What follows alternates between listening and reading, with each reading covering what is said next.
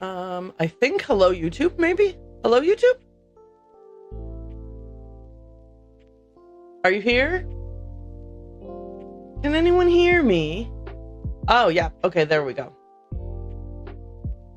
Can everyone see me? Speaking of Kenneth Branagh, I know that IP is like, that's a touchy subject. Oh, good. Interesting. I feel like the timers are off. Like they're like things are gonna happen starting in 20 seconds and then they don't. Yeah, that's so weird. Okay, who cares? Sorry, I got a digression. I apologize for mentioning that IP. Like, it's not something I want to promote or glorify. I think that part of the thing is that when something enters the zeitgeist and then enters your own sort of pop cultural foundation, you know, like it's one of the bricks that built where you are today. It's hard to take one of those bricks out or like remove it entirely. And I don't mean, and therefore I should be forgiven for any missteps. No. What I mean is, if I'm not actively paying attention to what it is that I'm saying, then sometimes something will slip out that I had already set myself as a mental rule that we weren't going to talk about this thing. Like, we don't reference this thing anymore. You know, we don't say these turns of phrase anymore because they're no longer, they're not acceptable. They never were, but now you, Aaron Marshall, know that they're not acceptable, so you don't say those things.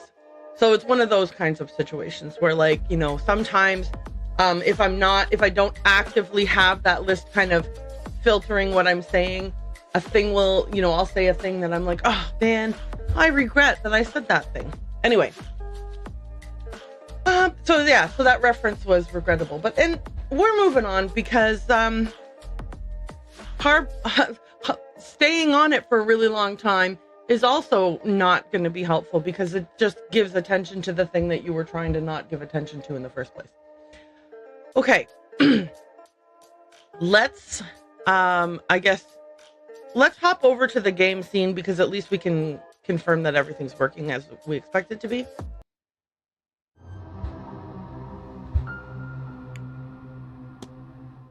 And a reminder, I do like, oh, never mind. I was like, I like that they always give you the,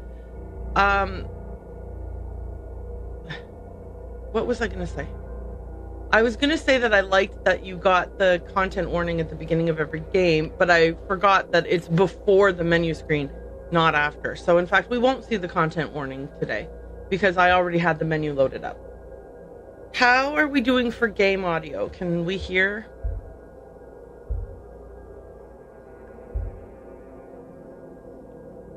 Yeah, I think I can hear it because when you turn around, oh, I guess if I walked that we would hear it.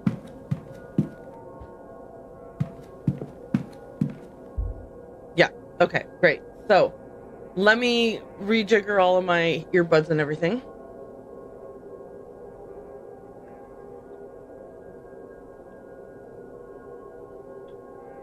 Okay, that was supposed to be a smooth maneuver, and it was actually quite clumsy, so my apologies on that one.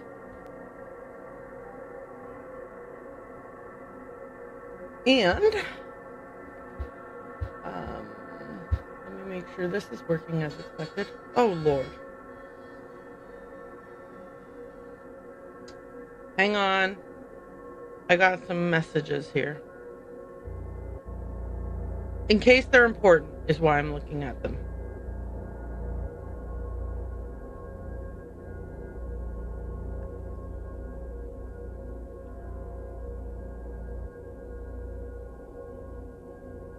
Okay, actually, as it turns out, the text I just got from my sister is important.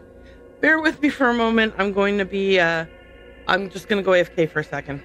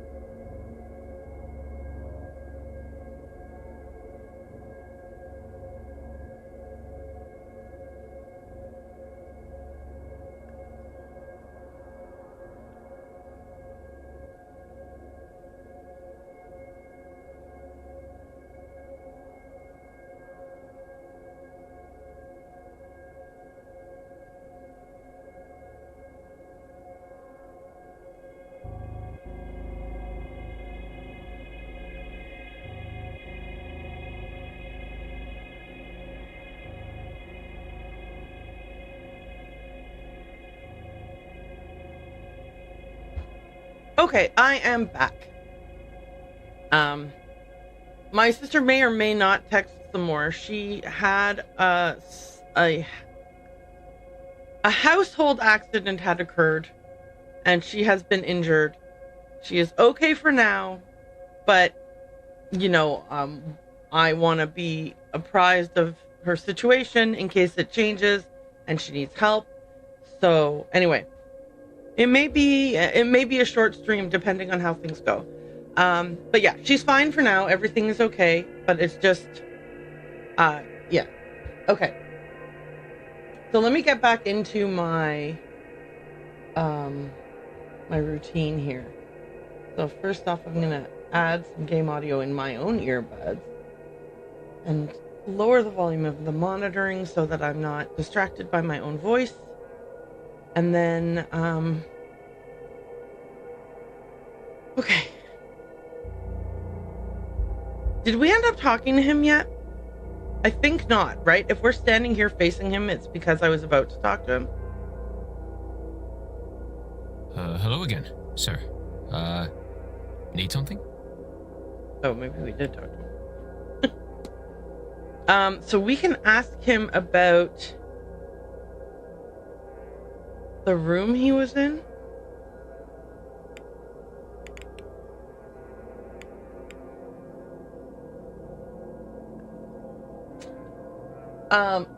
Okay, actually, Jason just walked in. I want to tell him what happened to Shannon.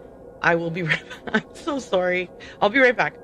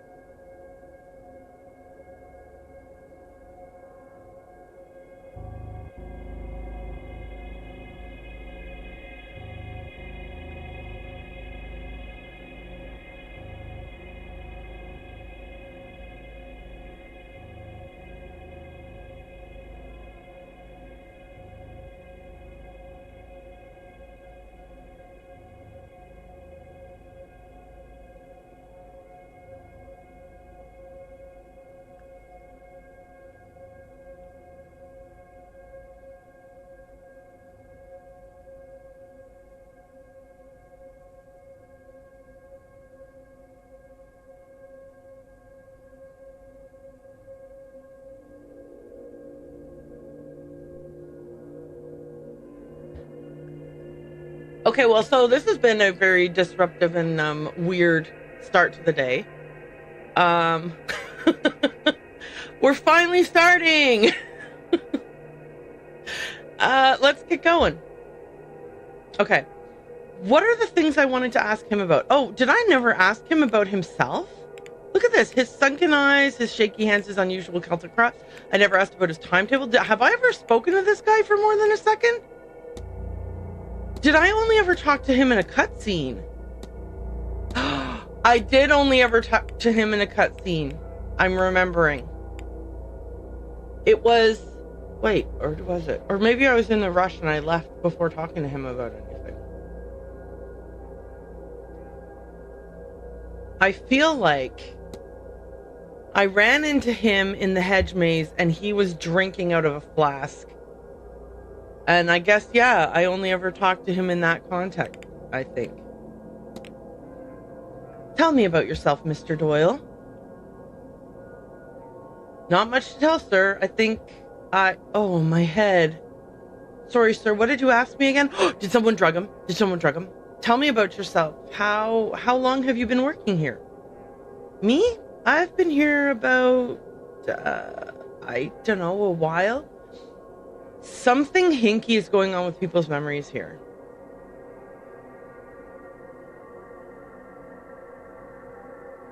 Since the last fella was let go. Not that long, I guess, but it feels like forever. And are you from the region? Like most people are, sir. So you know a few people around here? Oh, well, no, not that local. I'm from a couple of towns over. I'm here because, you know yourself, work. Of course. Not sure how or why I ended up here, mind you. Sorry, not sure why or how I ended up here. Mind you, you could say the same for the hotel. This is getting weirder and weirder and weirder, right? Like, how do you not know how you got here? I don't know. Okay, let's just... Like, is he just being evasive or is there more to this? Unusual Celtic cross. I don't recognize the cross you're wearing. Does it have a particular meaning? I don't know. I seem to always have had it. Don't care much for the church, God forgive me, but I wear this daily. It's part of me, I guess. What is that about, eh? Okay, seriously. Is he a real person or is he like a tulpa that got, like, imagined into existing? I know that's kind of a silly stretch for me, but, like, he doesn't really know his own past. He doesn't know. It's weird. It's like, maybe it's because he's drug addled, but I feel like that can't be the only answer. Are you all right, Mr. Doyle? You're shaking. Don't mind it. I just need... Maybe I'll go see the doctor later. Maybe he'd give me a little, pick-me-up. Okay. Dude, I don't think you should take more drugs to counteract the drugs you already took. You look tired. Has the event been heavy on you? Tired? Yeah, I guess you're right. Both counts. I'm tired, and this event isn't helping.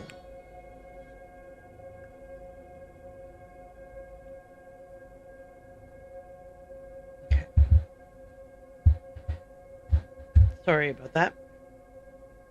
We might have little interruptions like that. My sister's probably going to send me updates every once in a while.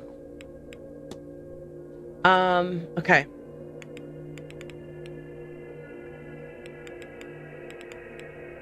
I guess I'll ask his take on Evelyn Dean. Have you met Miss Dean? Evelyn? Miss Dean, right. We talked a bit. She doesn't seem too uptight to hobnob with the working men, you know? Or she didn't at the time. Haven't seen her lately. Maybe she's avoiding me. I keep meaning to ask her, but What room was she in? It doesn't matter. She'll talk to me if she wants to. Is she a regular guest to the manor? I wish. Don't get many women like her around these parts. No, this was her first time visiting. Okay, I'm gonna ask him. That was interesting that it, like, flagged what he said. Where did it go? Where did the thing that he said get flagged?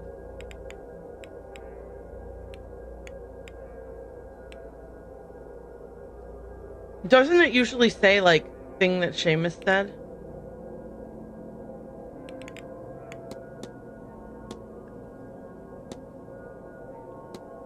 Okay. No, I guess not.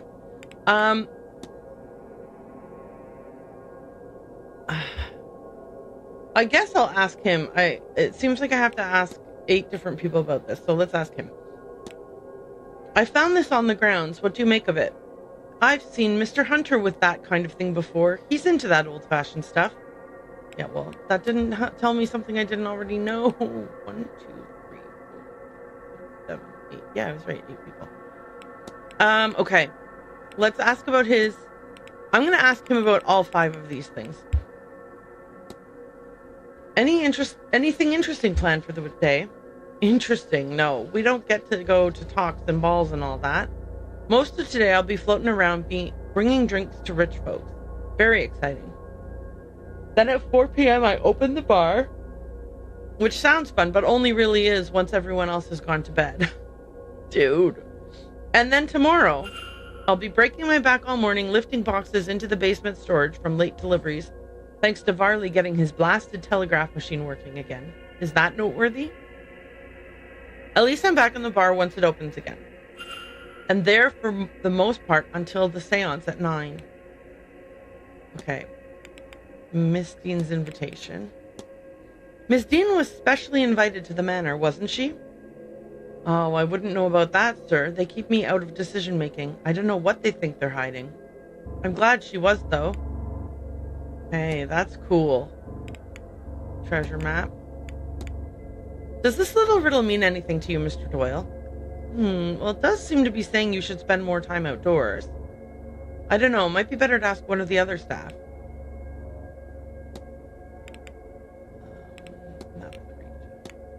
Is there much to do around here, outside of the manor, I mean? Nothing. It's mostly fields and farmland. Good fun if you're a sheep, I guess. Not much fun otherwise. There's a pub over in Gawford that sometimes has music, but you're hardly going to trek out there. God, there must be more to life than this. What am I doing here? Okay. I'm going to ask him about the written complaint. It looks like Mrs. Joyce has earned herself some ire from a guest. Someone finally said something about it. Might teach her. Nothing good will come of how she carries on. Who wrote it? Was it Miss Dean? I think she caught Mrs. Joyce rifling around her room last week. And finally, the letter to the manager. I've heard Mr. Varley mentioning a letter he received from the local bishop. What would they be writing to one another about? I know he wasn't happy when he got it, and he told me not to tell the women. Not that I would. I stay out of all that. It's got nothing to do with me. And I prefer it that way. Last quarter got too involved with these people, lost him the job. I'll not be doing the same. Okay. And is there anything else that I might want to discuss with him? The mysterious object. Wasn't that just the invitation letter? It looks like there's something crammed inside the luggage room vent. What? Look, I don't know what you've heard, sir, but it's not me this time. Mr. Hunter will sort you out. I do it myself, but, well, I'm not allowed near the tools anymore. That's freaking interesting. Okay, so that is like if you really had no idea how to get in there because you hadn't found the screwdriver yet, then this would be valuable to discuss with people. But since I've already gotten it... Yeah, so some of these things is like you don't necessarily need to ask people about it. I'm going to see if he knows anything about the shadowy figure. I wanted to ask if you've ever seen anything here larger than a ghost. A shadowy figure? Sir, sorry, if you need help with something tangible, then I'm your man. This stuff, no. Okay. Does he know what spooked the horse? I noticed one of the stable doors has been recently mended. Has it? That'd be Mr. Hunter's work then. He does all the heavy lifting around here. He's well able for it, even at his age. Okay, so I'm not really getting a lot of useful stuff out of asking him about this. I guess I'll just casually ask him about the hauntings. Have you noticed anything strange around the manor, like ghosts? Oh, that. You don't have to mind that stuff too much, sir. Largely, they can't harm you. Largely. So mostly they can't harm you. Mostly. Should I get his take on any of the other people, though?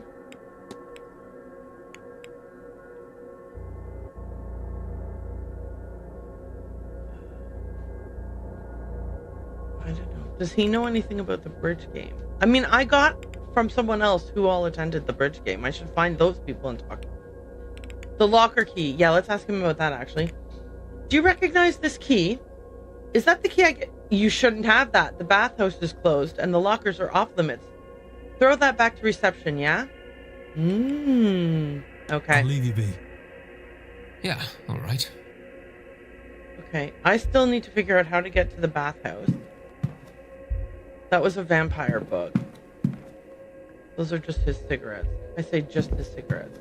Wait, can I can look at the bar?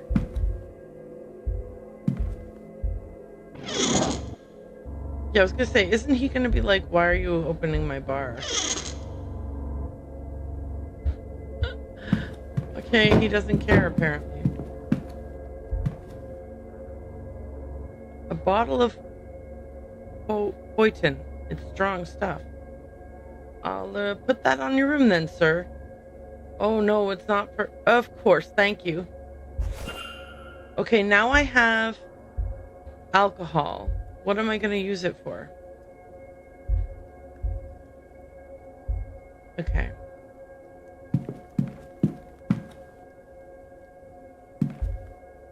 Game of chess. Someone started playing, but they didn't get far with their game.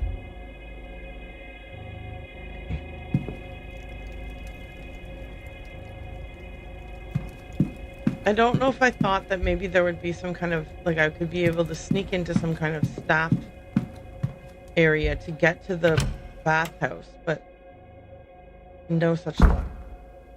I'm wondering if it's meant that you could get to it from downstairs.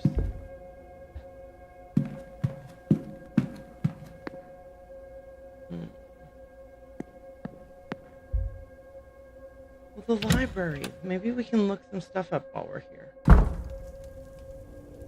Well, this is a second door to the library. I didn't come in this door the first time.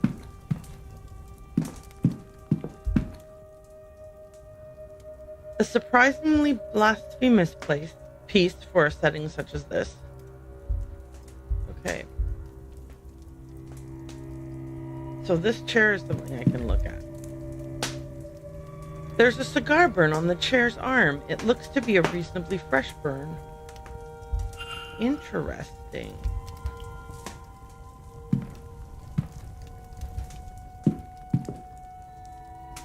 Oops.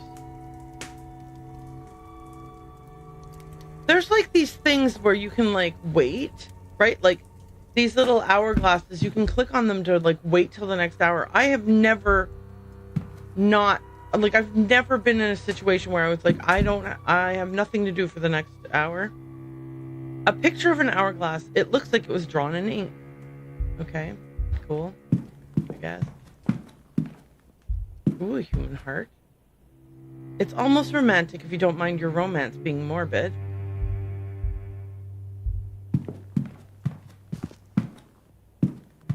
I presume that if I research anything, it's going to take a lot of time. Curious to see such a scientific piece here. Why? It's a library, a place for learning. Can I read her notes? Oh yeah, no, I already did that. Okay.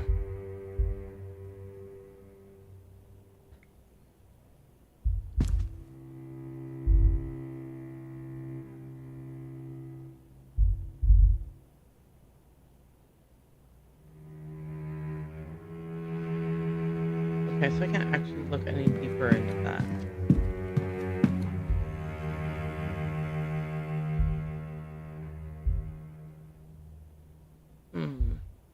The sherry is important? I think I looked at this earlier anyway.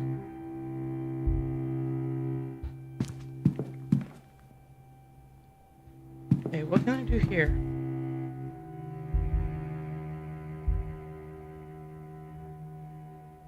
Information on lucid dreaming. A type of dream state wherein the dreamer is aware they are dreaming and has control inside said dream. Dreamers may be able to control, explore, and recall dreams in a way not possible from normal, deeper sleep. There are many ways to achieve a lucid dream state, and like many skills, it will get better with practice. A common method is to induce sleep states in such a way as to block entering deeper sleep.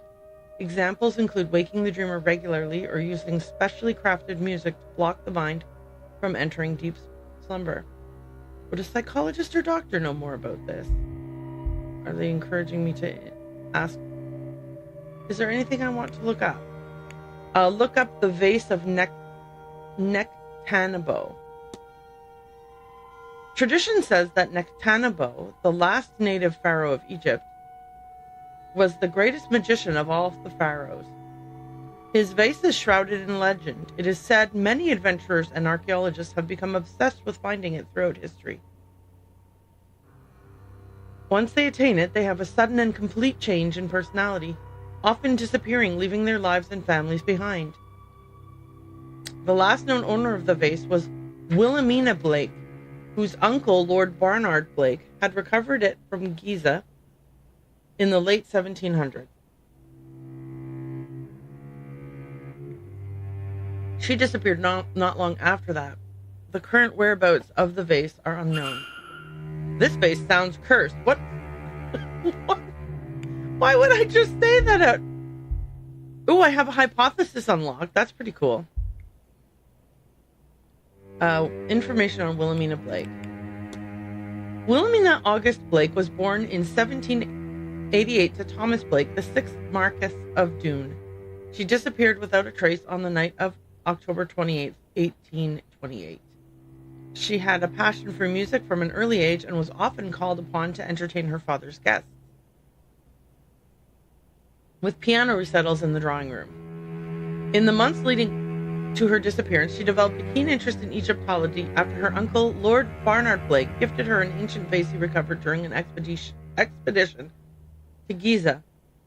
The vase disappeared on the same night as Lady Blake. Oh, I've already read this particular entry. Anyway, her father experienced episodes of melancholy in his later years and would roam the grounds searching for his daughter, adamant that she had never left Blake Manor. I don't think she left Blake Manor either. Her whereabouts and fate remain unknown. Okay, can we learn anything from this book? A collection of books on the 4 cycles of Irish mythology are here, alongside writings on supernatural sites and entities. Is there anything I want to look up? Oh, yeah, let's look up the Milesians. Cool. Okay, so this is cool. If I come to the library and click on various places, it will prompt me what to look up. Thank goodness I don't have to remember it all. The tribe of mankind, a word for the ancient Irish, I suppose, from which many of us are descended. Led here thousands of years ago by 3 chieftain brothers, Eber, Finn, Amergin, and Iramon. I don't know if I'm pronouncing those correctly. If I am incorrect in my pronunciation, I apologize. No offenses being intended. Who were said to be powerful sorcerers. They clashed with the old gods, the Tuatha De Danann, and reached a truce after much fighting. They agreed to split the land in half between them, but the Milesians tricked the old gods and picked the top half. Oh, they were like, we'll split this continent with you, thinking down the middle. But the Milesians were like, yeah, we'll take the top of the land and you guys can live in the underworld. That's when the gods disappeared underground and mankind settled this land. Okay, let's look up the Tuatha De Danann again. Not sure on the pronunciation. Apologies. No offense intended. The Tuatha De Danann, or people of Danu, or Danu, are the old gods of Ireland, with Danu being a sort of Earth Mother type entity representing the land itself. A race of beings, each twice the height of a man, with unnatural abilities, like the gods of many classical mythologies. Each one had areas of expertise, though there was much overlapping and infighting as a result. Okay, so that guy we saw working on the gigantic, enormous anvil, they lived across Ireland for countless centuries and battled with various otherworldly foes. There's a book here with some of the Tuatha De Danann listed in it. It might be worth a look. It's absolutely worth a look. Is it this book? Book of Irish Gods. Okay, smithing gods. Let's see. Okay, we've got the goddess Brid, an old Irish goddess of healing poetry, the hearth, smithing, and much else besides. Then we have the goddess Anne Calais, I think. A goddess, a hag, and diviner whose domains are cold winds and winter. Okay, then we have the goddess Anne Morrigan. The war witch of the Tuatha De Danann was the goddess of war, wealth, and death. Crows are her symbol. And then finally, the god... Oh, okay, for sure I'm not going to get this right, so this one we're Googling.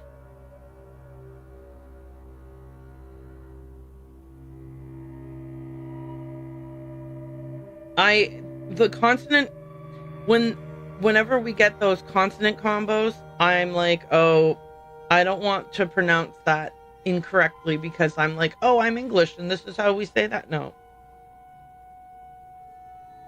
Okay. Goibniu. Govnu. Okay. The god Govnu, the ancient Irish god of smithing and hospitality.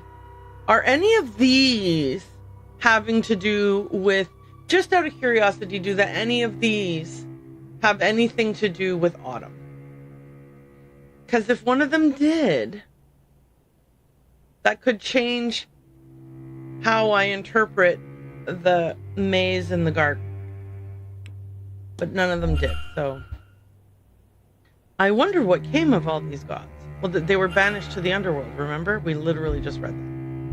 Okay, so it seems to me like there might be some other things that I might want to investigate. So if I click on any Blake history, like I don't have to click here and here to access all of these books, right? Like it's going to be one click. A section on the Blake family, their lineages, and their lands. Is there anything I want to look up?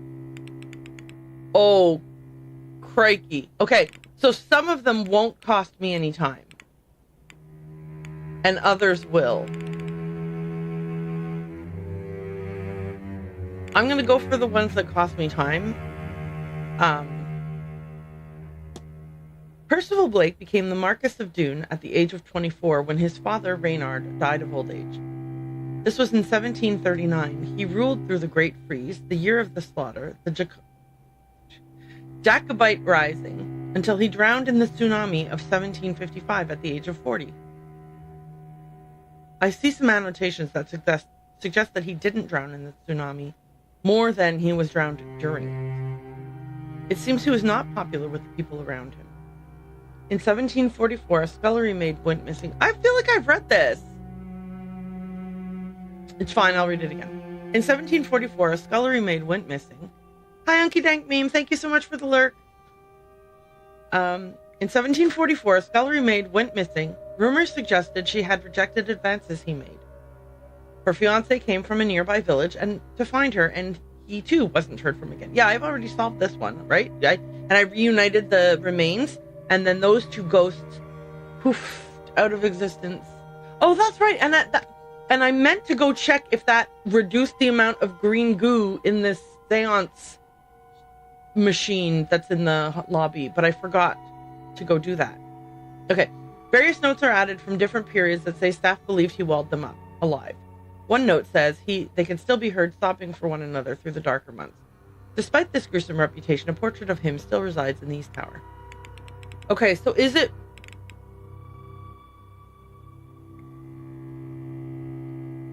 I'm gonna read the other ones that cost me something to read them. Mary Blake.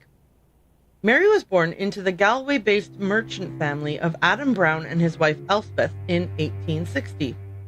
She met Jonathan Blake, the Marquess of Doon, during her presentation to society when she came of age. They wed the following year, and she took the title of Marchioness. Marchioness Blake established the Blake family. I've already read this! Is that why it's costing me money to read it? Because I previously read it? I said money, I meant time. Yeah, because it's going to say how she was super, she was a philanthropist and she made foundations and she was especially, yeah. Okay. Anyway, I'll continue reading, but I'm not clicking on the next one now because now I'm positive I've already read it. Marchioness Blake established the Blake Foundation in 1890. Through the foundation, the Marchioness constructed and funded several orphanages, ragged schools, and widows' almhouses in impoverished rural towns and villages across Connaught. The Marchioness committed much of the Blake fortune to the foundation and organized fundraising events across Ireland and Great Britain. She spent her free time teaching English in one of the foundation's local schools and privately funded the university's education of over 40 pupils. Can I just say that this part here,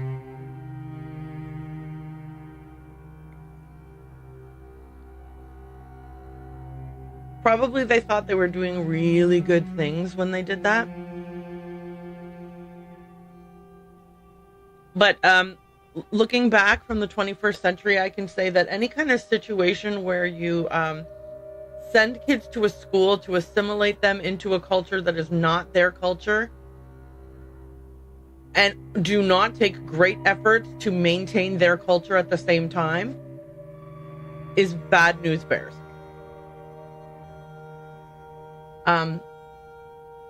Privately funded the university. Okay, right. Marchioness Blake took up a position of philanthropist and charity worker, acting as a pillar of her community and the very image of a God-fearing woman until her death in 1894. Okay.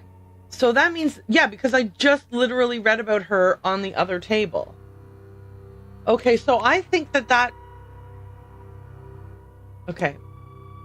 I think rereading one you've already read costs you time. The Blake family. Originally of the English Blakes, the branch of the family now resident in Ireland's Connaught region are descendants of the illustrious war veteran Edward Blake, who served during the Cromwellian conquest of Ireland. Oh, that's so charming of him. In reward for his service and valor, Blake was rewarded some of the seized land on which he built the manor now known as Blake Manor. Okay, so I'm going to interrupt real briefly here to say I have some familiarity with English history over in England, right? And oftentimes, like if I've read a historical novel or, some kind of historical, either fiction or nonfiction, it's often from the perspective of the English. So I am aware of atrocities that were committed while England was busy, the perspective would have been, obviously, I'm not reading contemporaneous writings, I don't have access to that kind of stuff. I'm not a historian by any means. But, for sure, the bend or the lean of the, if I were reading a novel set in, older times England, I was reading it from the perspective of a person who was an English person. And so the perspective would have been things like, reclaiming lands or quashing rebellions or whatever, right? Trying to maintain peace throughout our realm sort of scenario. So I don't have a lot of good perspective from the side of say the Irish, except to say that I'm not unaware of the fact that in fact that these were not, that the English were not benevolent. They weren't here because they really cared so very deeply for the individual Irish people. So but this is obviously going to be written. It's going to be using positive language to describe what the Blakes did or didn't do, because it's the history of the Blakes, not a historically accurate criticism of the Blakes, if you know what I'm getting. So it's like, oh, in reward for his service and valor, Blake was rewarded some of the seized land, on which he built the manor now known as Blake Manor. It was basically saying, we came in and we ran people off of the land they were living on, where their homes were, where their farms were, how they fed themselves and kept themselves and their children fed and safe. And, you know, we just stole that land. And then we gave it to Blake because he helped us steal it. While there, it must be admitted, a number of ghoulish tales about Edward Blake and his subsequent family line. These should not be paid. Okay, while there are, it must be admitted, a number of ghoulish tales about Edward Blake and his subsequent family line, these should not be paid heed, for surely they indicate nothing more than superstition and occasional local unrest. And again, this occasional local unrest, we're starving because you stole all our land and we don't have anywhere to farm food anymore, is what they're talking about, right? Like, so we're all starving, and so finally we decided to like steal some bread from you guys by doing an uprising. Again, I do not have the full historical context from the point of view of the Irish, except to say that I know the English are kind of monstrous. Not individual English people today, obviously. I'm talking about as a historical, in the context of history. Any people who are super into building an empire, conquering their neighbors, you know, have to do monstrous things to achieve that goal, because you can't just find land. Like when you land on land, it's usually not unoccupied. And in order for you to then claim it, you have to make it be unoccupied through various means. Most of them are monstrous. Okay, but that's not what this game is about, guys. This is a ghost game. A fun little ghost game. But I do like that they're like, hey, listen, we know some people have said some bad things about us, but they're not true. Those guys are liars. Don't listen to them. It's like right in the history book, which I think is a nice touch. That's a humorous little tidbit right there. Anyway, okay. So anyway, Uninformed History with Aaron Mars. You're welcome. That was your first lesson. Okay, so Blake family. I've read Percival Blake. I've read Mary Blake before, or have I? She was the wife who did all the good things. Blah blah blah. Right. Okay. Blake family. Just a generalized history of the family. Percival Blake, the guy who walled people into the walls because he was mad that the girl wouldn't marry him or whatever. Mary Blake, philanthropist, doing her best to seemingly doing her best to atone for past sins. It seems like she means well, and aside from the thing where she was like teaching Irish kids how to speak English with no mention at all whatsoever about maintaining their cultural distinction,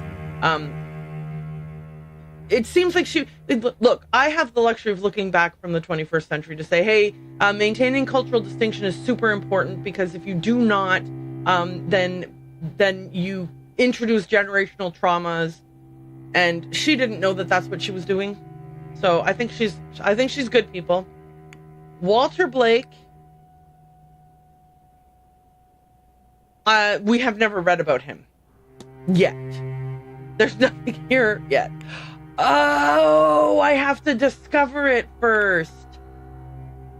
Okay, so same with Jonathan then. The current Marquess of Doon and 9th person to hold the title. The title was passed down to him by Richard Blake, son of William Blake. William Blake was said to be a stern and ruthless man who would do anything for the betterment of his family. Richard Blake was considered quite the opposite. His interests kept him from the manor, and on his passing in Paris, Jonathan Blake opened the grounds as a hotel in 1870 to help revitalize the lands post-famine. Not much else is recorded about him. He does not seem to have undertaken any other exploits. P.S. Post-famine implies the famine happened very recently. So, like, it's not like England conquered these lands hundreds of years ago, and since then they've helped rebuild and everything's hunky-dory. Like, they're still being like, hey, send us all your food. Like, you will plant it and care for the fields and, do all the things. And then when it's time to harvest it, and you would expect that you might get some of that food, no, send it all to us.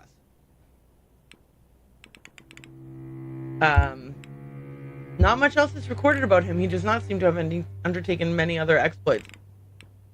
He opened the hotel, though, so that's a thing. Okay, let's look up this. Edward Blake.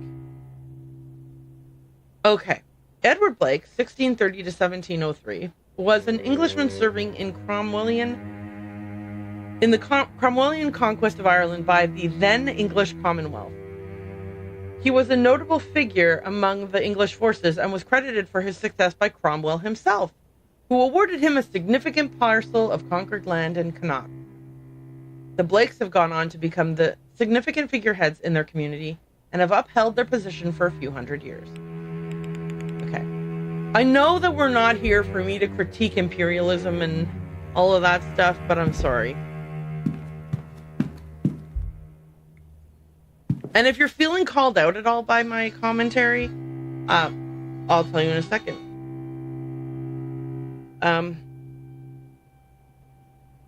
My dad is a person of British descent who was born in India during a time when Britain was like, hey, we know better than you guys how you guys should live your lives, so we're here to do that for you. So my hands are not, my own personal hands are clean, but it's not like you don't have to go too far back to find dirty hands on my family. Okay, Irish history. So I'm not saying everybody's bad who's descended from bad decisions. I'm just saying bad decisions have been made historically. Ooh, hang on. Can we look some stuff up in the census data? Let's get back into the game. I need to stop yapping about my like I said, it's time for the misinformed history hour. You know that show Drunk History? This is like that, except they know what they're talking about and they're drunk, and I have no idea what I'm talking about and I'm sober. So it's the same but the exact opposite. Mr. Ward, that's me. I'm talking. A catalog of events throughout Ireland's past. Oh, I'm thinking. You can tell I'm thinking because it's in italics. If I was talking, it would be in standing up letters. When you think, you're like, and all the words kind of are tilted because of that. That's what that means. A catalog of events throughout Ireland's past. Studies on its people and census data is found here. Is there anything I want to look up? Ooh, okay, so we can look up the Great Freeze, the Year of Slaughter, the Tsunami of 1755, the Great Famine, and Standing Stones. Hey, Great Famine was one of the things I was like, hey, I don't know exactly all the details, but okay. Here we go. The Great Freeze. In the winter of 1739, a violent storm hit Ireland. The resultant drop in temperature was so drastic that liquids froze indoors. There are no official records of how cold it got, but some measurements taken by enthusiasts claim it dropped as low as minus 20 degrees. Y'all, listen, no shade or lack of empathy, but I live in Canada. Our pipes burst here all the time. It's minus 20 all the time in the winter. It's minus 20 all winter, mostly.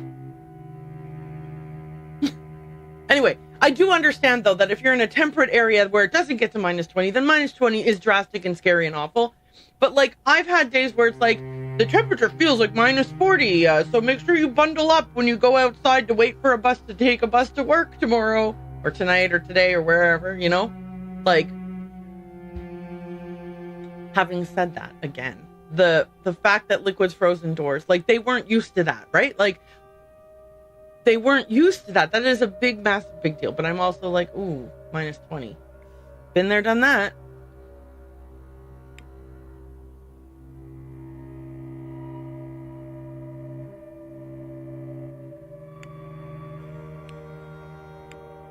Yeah, because Jay, there are days when it's like -10 and I'm like, I don't need a coat today because it's so warm out.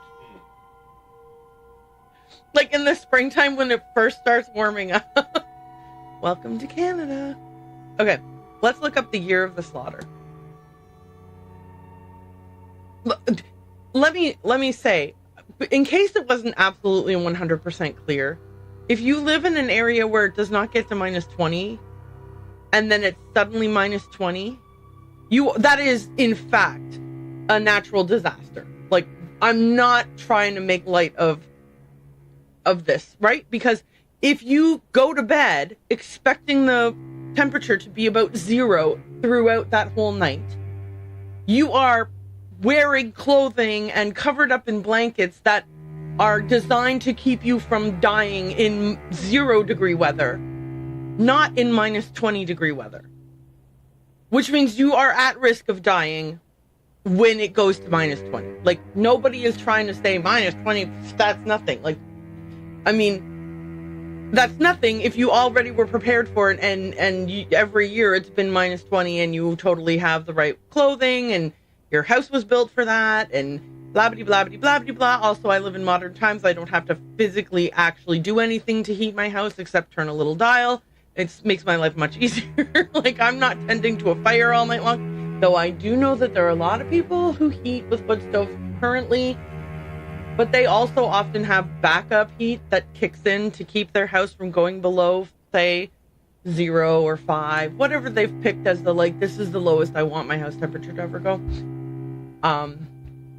You know what well, you don't know what I'm saying, but I'm telling you what I'm saying. But now you do know what I'm saying because I said it. Okay. Where were we? The year of slaughter. The first of Ireland's 3 famines. Are you kidding me with this? I feel like, listen, if you are going to call yourselves like if you're going to say, hey man, we're here to steward this land. Like, we've decided, we've appointed ourselves the stewards of this land. You have a responsibility to not let there be a famine. And the fact that you failed your job so miserably that there were 3 famines, 3 different times, the people whose lands you said, no, we can take better care of this land than you can. 3 different times they wound up starving. You're bad at doing what you're doing. I'm starting to believe that you're not doing this for altruistic reasons.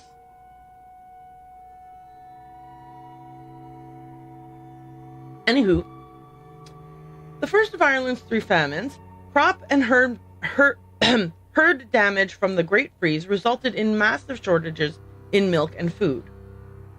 Records suggest that as high as 20% of the then population died.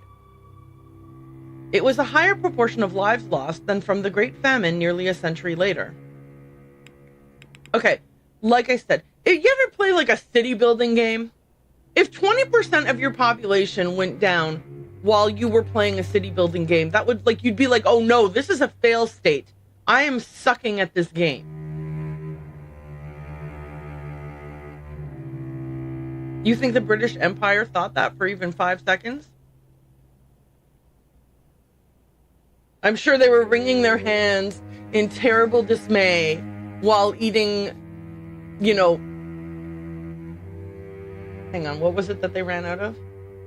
Milk and food. And while drinking milk and eating food in the safety of their mansions and manors and whatevers. Okay, I said I wasn't going to be doing a whole... I can't get off this topic.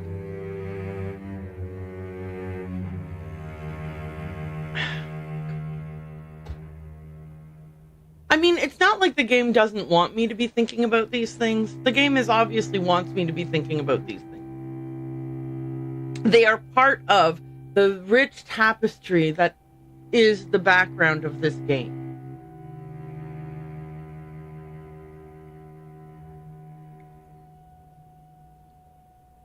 All right, I'm starting to feel like my heads up that ads are coming in 3 minutes is that there's a lack of accuracy between there's ads that are going to be playing and then the ads actually playing.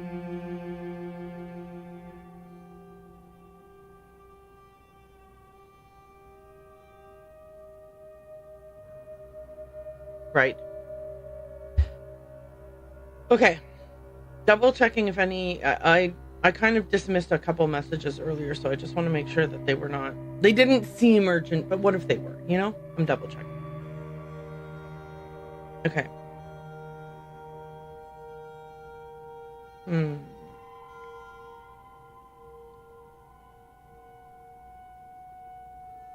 You guys want to watch me text my sister?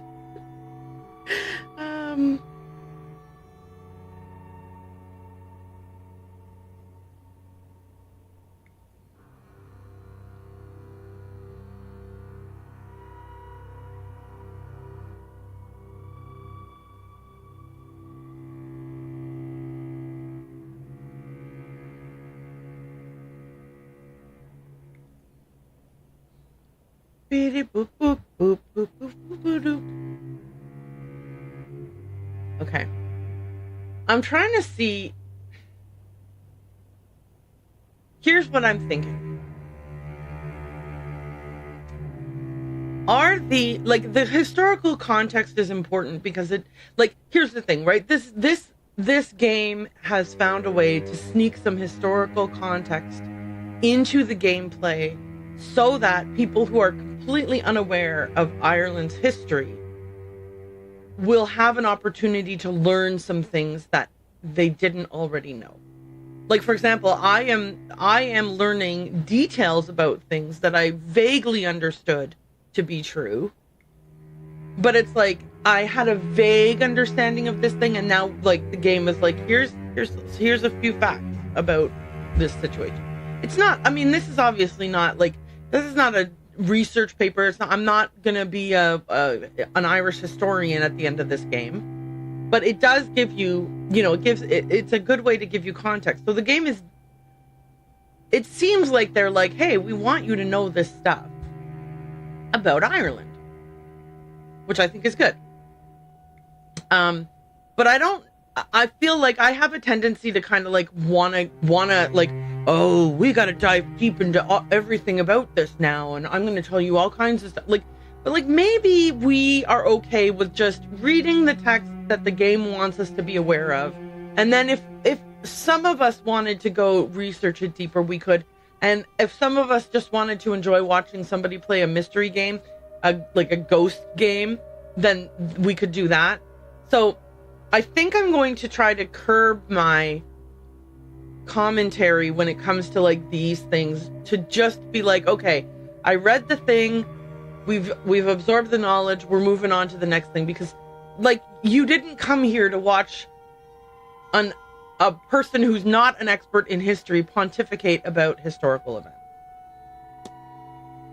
Okay, the tsunami of 1755. Massive earthquakes in Portugal sent a tsunami north that hit the southern and western parts of Ireland. It seems to have reached as far up as Connemara, where this manor was built. Untold thousands died here from the tsunami. The earthquake itself claimed the lives of over 100,000 Portuguese. Wow, that's a lot. The Great Famine. It's less than 50 years since the Great Hunger that lasted from 45 to 52. A blight wiped out the potato crops. Most of the population relied on that to survive, as the English rule exported every other resource from the country: peas, beans, rabbits, fish, honey, and more. On top of this, the English corn laws blocked the import of any grain, despite the obvious need for relief. The full loss of life from this period is yet unknown, but deaths are estimated to be around 1 million, and another million fleeing the country on coffin ships bound for America, Canada, Australia, and more. Anyone surviving something like that can't but have deep scars. My own parents refused to talk of it and grew dark when it was mentioned. It's unknown how long it will take the country to recover. Okay, and then we can look up standing stones. Standing stones, or menhir, which I obviously mispronounced for sure, so don't ever quote me on that, are large, deliberately placed stones found around the world, but especially in Ireland. There's no consensus on the purpose of standing stones. There are no records detailing it, nor any surviving traditions that can be reliably traced. However, there are several theories as to their purpose. The most commonly held would posit that they marked the boundaries of territories, or that they had ritual significance to old Druidic religion. Some Manor, oh wow, Clochada. I'm so sorry. I'm so sorry if that is not correctly pronounced in the Irish tongue, are found to be inscribed with a long forgotten and therefore indiscernible language. Okay, so we've read all of these. We have 3 more minutes till the hour turns. Do I want to look up spiritualism, folklore, world history, flora and fauna? Oh, that one I can't look up. Okay.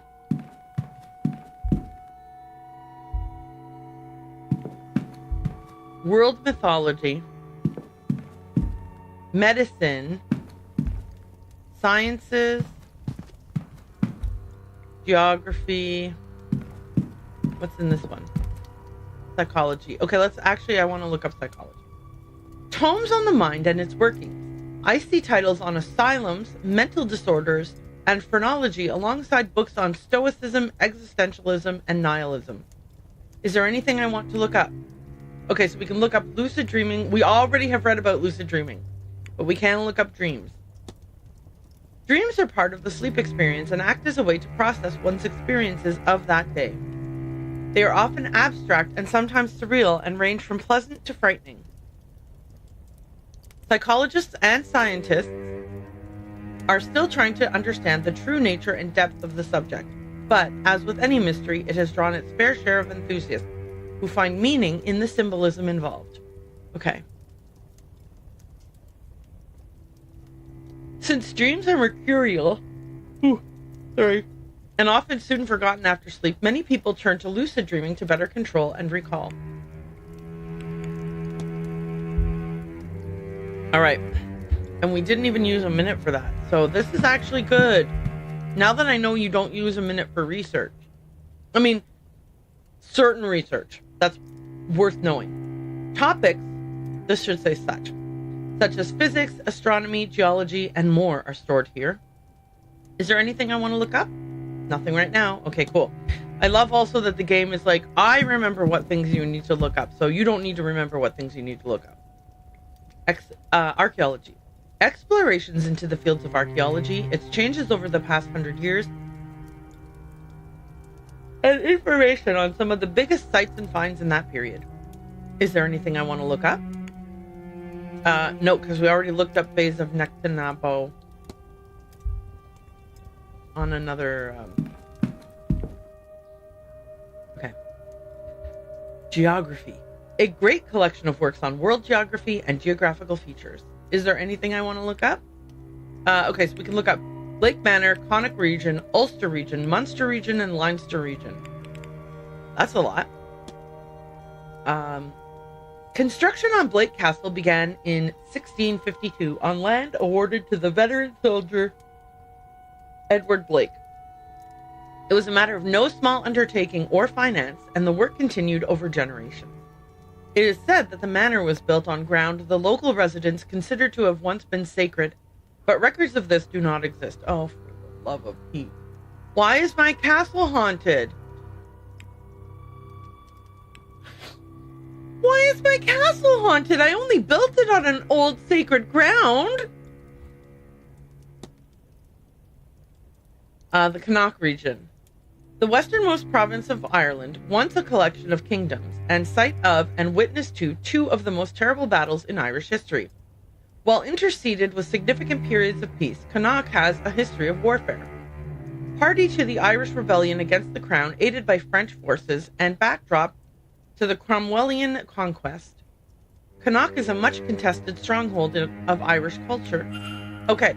So not only is the ground sacred, but there's also been 2 massive wars. Why is my castle haunted? Okay. The northernmost province of the 4 provinces of Ireland, and once the heart of the Gaelic world, today Ulster holds the greatest population. population of Protestants and loyalists to the crown after the country of Ireland was adopted into the United Kingdom in 1801. Yeah, you really want to make sure that you don't just end here. Ulster was previously a region of importance to Irish sovereignty, it being the seat of power from where one of the 5 king above kings would rule. Well, that's a flip. Belfast is the largest city in the region on the borders of counties Antrim and Down, and is a significant centre of populace in Ireland as a whole. Okay. The Munster region. The southernmost province of Ireland's 4 provinces, Munster was where the most of St. Patrick's work bringing Christianity to Ireland took place. With this and several cities, Cork and Waterford among them, founded by Viking settlers, Munster has long had a tradition of transformative visitations, not the least of these being the colonization of the region by the English in the 16th century, a most significant venture by the crown. This feels like it was written from an English perspective. Again, like I said, sometimes the leanings of these texts are going to be very and then the English came and they were doing good things, like colonizing the region. What a significant venture that was. Oh my gosh. Could you use... Okay, anyway. The easternmost province of Ireland, Leinster, was home to many Celtic tribes, most notably the Lion. Ooh, I don't know how to pronounce. Hi, Maimlard. Welcome back. Gonna lurk while I raid some marks. Ooh. Oh, you're in good company. I think there are other people here lurking while playing Arc Raiders. So, enjoy. Leinster was home to many Celtic tribes, most notably the... I'm gonna Google... Oh, man. Lion? Okay, we're not gonna fret. People know that I don't know how to read Irish or Celtic or Gaelic, and nobody's gonna be mad at me for not knowing how to read Irish or Celtic or Gaelic. This region housed a collection of small kingdoms and dynasties, with the Hill of Tara. You know what? I'm gonna say Tara. In particular, located in Meath, later pronounced Meath, holding significant spiritual and political power as the seat of the High Kings of Ireland. Vikings made their arrival to Ireland, and by the mid-9th century had transitioned from raiding to settling, with Dublin being their most significant settlement, serving as a major trade centre and later becoming a Norse Gaelic kingdom. This would not last, as the Vikings were later driven out by native Irish rulers. Leinster has seen a long history of territorial battles, ranging from the arrival of Anglo-Normans in the late 12th century, leading to the broader invasion of English forces, to a Gaelic resurgence in the Middle Ages, followed by the Tudors solidifying English control over Ireland by the 16th century. More recently, the Cromwellian conquest landed in Dublin with 12,000 troops and travelled north to begin an assault that would later be known as the Siege of Oh, shoot, hang on. I'm going to say Drogheda, or the Drogheda Massacre. Drogheda? I don't know. It's okay. It's okay, because I'm not doing this to be offensive. I'm not mispronouncing words on purpose to be rude. Its surviving rebels being transported to the overcrowded jail of Dundalk, where they were left to starve and die. I literally made a promise that we would not be making commentary about any of this stuff. We were just going to read it and take it at face value and move on. And then we have to read the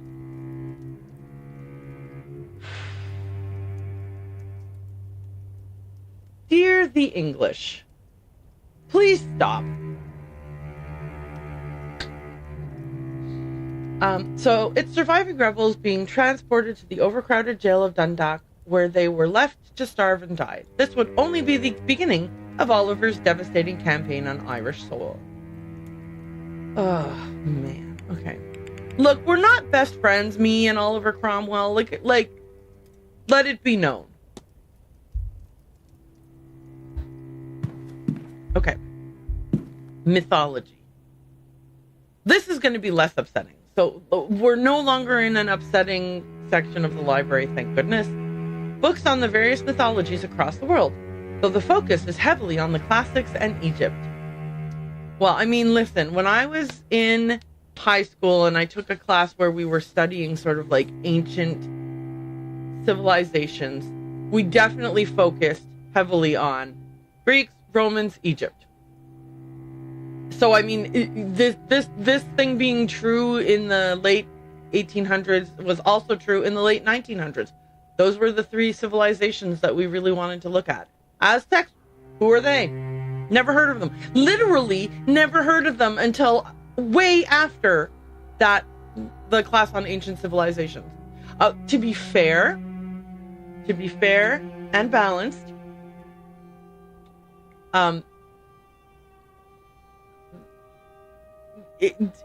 the word ancient does imply pre a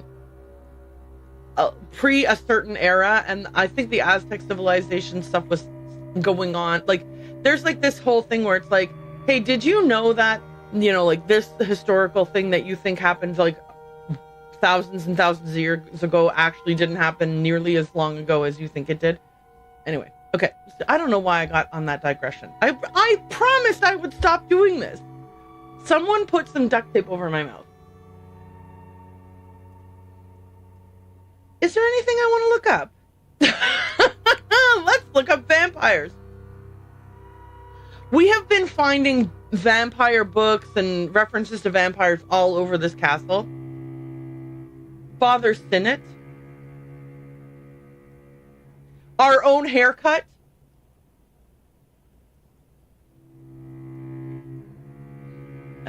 You have not seen a widow's peak until you've seen my character's widow's peak.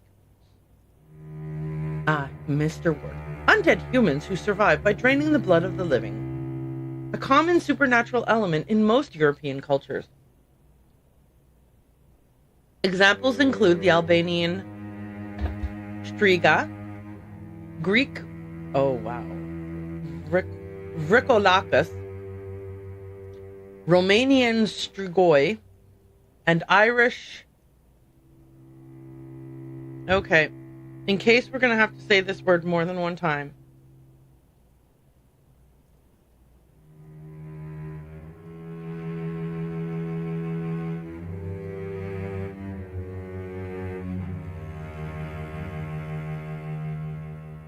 Avartak. Avartak. Am I saying that right? I sure hope so. Okay. The Irish Avartak was called the dwarf for its childlike proportions. Despite its anger and bloodthirst, its subjects were drawn to it as if under a spell. They are nigh impossible to kill, being vulnerable only to wood from the yew tree. Even then, once killed, it needs to be buried upside down and weighted down with a stone of such size that it would take at least 5 good men to move it.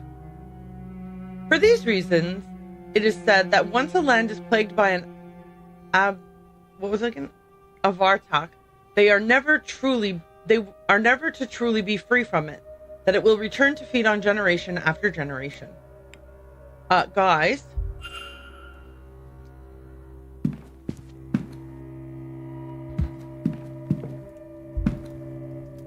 Hang on a tick. Nothing right now. Hang on.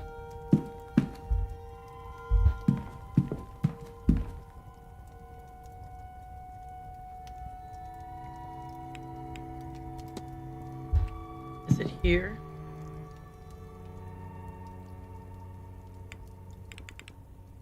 No. Where was it? Medicine, flora and fauna.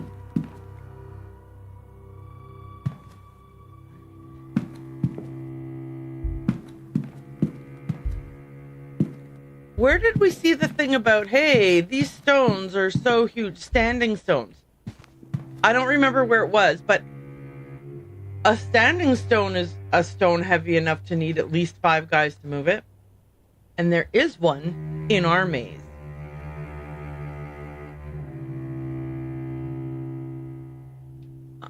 I'm just saying. Anyway, Irish mythology. A collection of books on the 4 cycles of Irish mythology are here alongside writings on supernatural sites and entities. Is there anything I want to look up? The Vale, Milesians, Tua de Danann, and the Fate of the Gods. Okay, so I read about these 3 things already somewhere else, but let's look up the Vale. The Vale is the barrier between the living and the dead, the mundane world and the spirit world. There are times and places when the veil thins and interaction between 2 worlds becomes easier, for better or for worse. The veil may be thin in places that have seen great tragedy or in places of magical significance. As for time, it is known that the veil is thinnest on All Hallows' Eve, and this is when spirits of many kinds may walk the earth, and be seen even by those who usually would not encounter such things.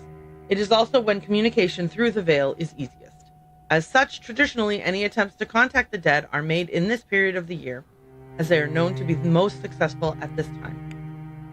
Yeah, which is why we're having a séance this weekend. Irish folklore. A section on Irish folklore and ghost tales. I think we've already looked up turnip heads at another time. What's the Fear Gorta? I'm looking this one up. I don't remember it. The Fear Gorta, literally a man of hunger, is a type of apparition that is linked to the Great Famine. Though there are alternate accounts that consider it an omen of further famines to come.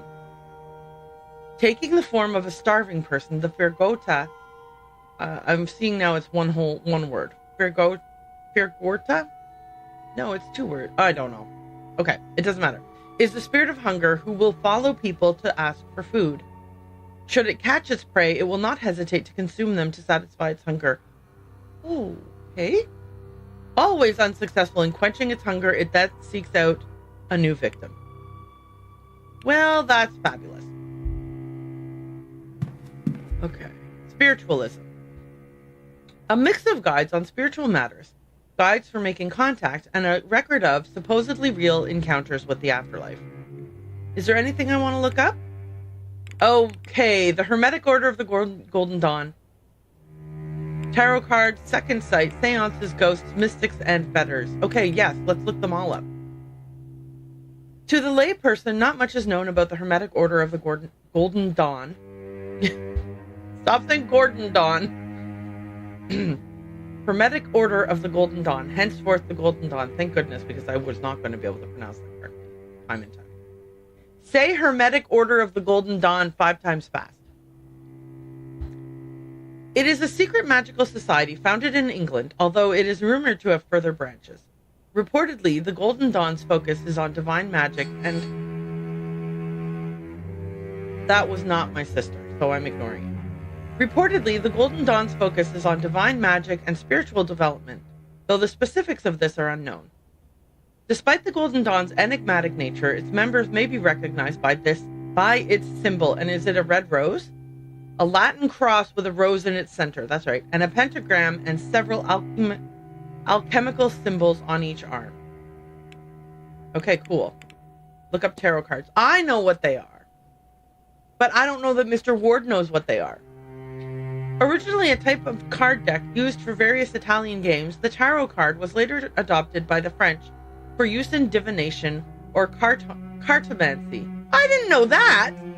Okay, I know what they are, but I guess I didn't know their history. This being a publication unconcerned with such mundane issues as simple card games, we will disregard the traditional use for its magical cousin. A tarot deck consists of 78 cards and 2 arcana, the 21 major arcana being face cards, and the minor arcana being suits. The minor arcana is divided into 4 suits: wands, swords, cups, and coins, and consists of cards of the numbers 1 through 10, and 4 court cards. Each major arcana has specific meaning, as does every suit and its cards therein, and every card has another meaning again if drawn in the reverse position. Like, basically, if your tarot card is face up, it means one thing, but if it's flipped the other way around, then it has a different meaning. Not necessarily the exact opposite of the first meaning. Also, the meanings are not, like, necessarily literal. Like, the death card does not literally mean, oh, you about to die, buddy. I think it actually signifies change is coming. Anyway, tarot cards are to be drawn one by one in formation and read with consideration of their individual meanings and their position in the draw. They are typically consulted in matters of love and fortune, but can be asked a great many things, and in general are favored for their versatility. The second sight. The second sight, this is the thing that Ivy McLeod has the second sight, but it's been suppressed right now because Victoria Lau has dosed her with quinine. Quinine? Yeah. The second sight is a skill possessed by some that allows them to know of the future or events far from them they should rightly have no knowledge of. It can also refer to the ability to see the dead. In Scotland, it is thought to run in families, especially those in the Highlands, and while the information gleaned through this mystic sense can be useful, it can also be harrowing. Sight alone does not mean understanding, nor can dark visions of the future necessarily be averted, though those with the sight are often compelled to try. Yeah, I would say that if you have a second sight and you see something bad happening, it would be hard for you not to try to change that. But if, depending on how the second sight works, if the second sight is this is going to happen, then there's nothing you can do about it. And anything you do to try to change it is going to have no impact, which would be very disheartening, I think, and like it would make you really feel quite impotent in your life. Anyway, let's look up seances, and then we'll look up ghosts, mystics, and fetters. A seance is a ritual used to speak with the dead, typically hosted by a spirit medium, but attended and aided by a number of guests. A spirit is called upon by the medium and asked questions. It will answer them through physical means, such as moving a glass on a board. Through audible means, such as knocking, or if one is so lucky, by the possession of one of those at the table. In this case, the spirit is frequently able to articulate itself better, although some may find it to be a distressing sight. Seances are typically used by still living loved ones to speak to those they have lost, or to divine secrets known only to the dead. Okay. Ghosts. There's much debate over the true nature of ghosts, even their existence in the first place, but there are two major prevailing theories. The first is that a ghost is a remnant of a person, a soul that for whatever reason has not passed on. This sort of ghost is typically attributed to the need for some desire of the soul or the person it was to be sated, be it revenge, ambition, or love. In a similar vein, they frequently cling to some object or place of importance, unable to complete whatever business holds them there in their new state. Okay, this is the wrong there. A secondary, less discussed, but widely credited theory of the cause of apparitions is the manifestation of emotion or trauma. Hey, P.S., just so you know, this being the wrong there, how many hundreds of words have we read so far? Someone made this game. Somebody had to type out all of these stories. This is not a criticism of the game in any way, shape, or form. It's just an observation, like, just so we're clear that I'm like, oh, look, they used the wrong there, oops, and not, let me just deduct 1 point from my score here, no. Oh, right, a secondary, less discussed, but widely credited theory of the cause of apparitions is a manifestation of emotion or trauma. In this theory, it is thought that human beings are capable of imparting such emotion that it forever affects the location that witnesses it. In these cases, it is not the spirit itself that haunts the place, but the event, typically a harrowing death, imprinting itself upon a space. These theories are not exclusive and could very well exist alongside each other. Such is the prevalence of spirits that it seems unlikely both are not true. Okay, mystics. There exists among us certain people predisposed to sensing and invoking the ebb and flow of the spiritual world and its denizens. These people, often called mystics, as indeed I will refer to them here, possess a unique capability. They are able to sense the supernatural and otherworldly, and in doing so provide means of communication with it, often using themselves as the go-between.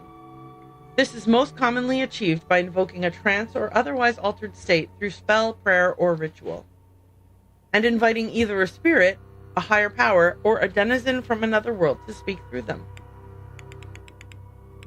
That is so spooky to me. Like, listen, I feel like I'm the kind of person who's pretty well grounded in terms of like what my beliefs are vis-a-vis any of this kind of stuff, right?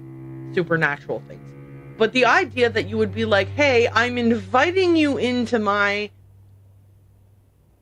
space and I will relinquish control to you, or like the hope is that I don't have to relinquish control to you, but like, yeah, you could take full control of me and I could disappear and cease to exist. Like, that freaks me out.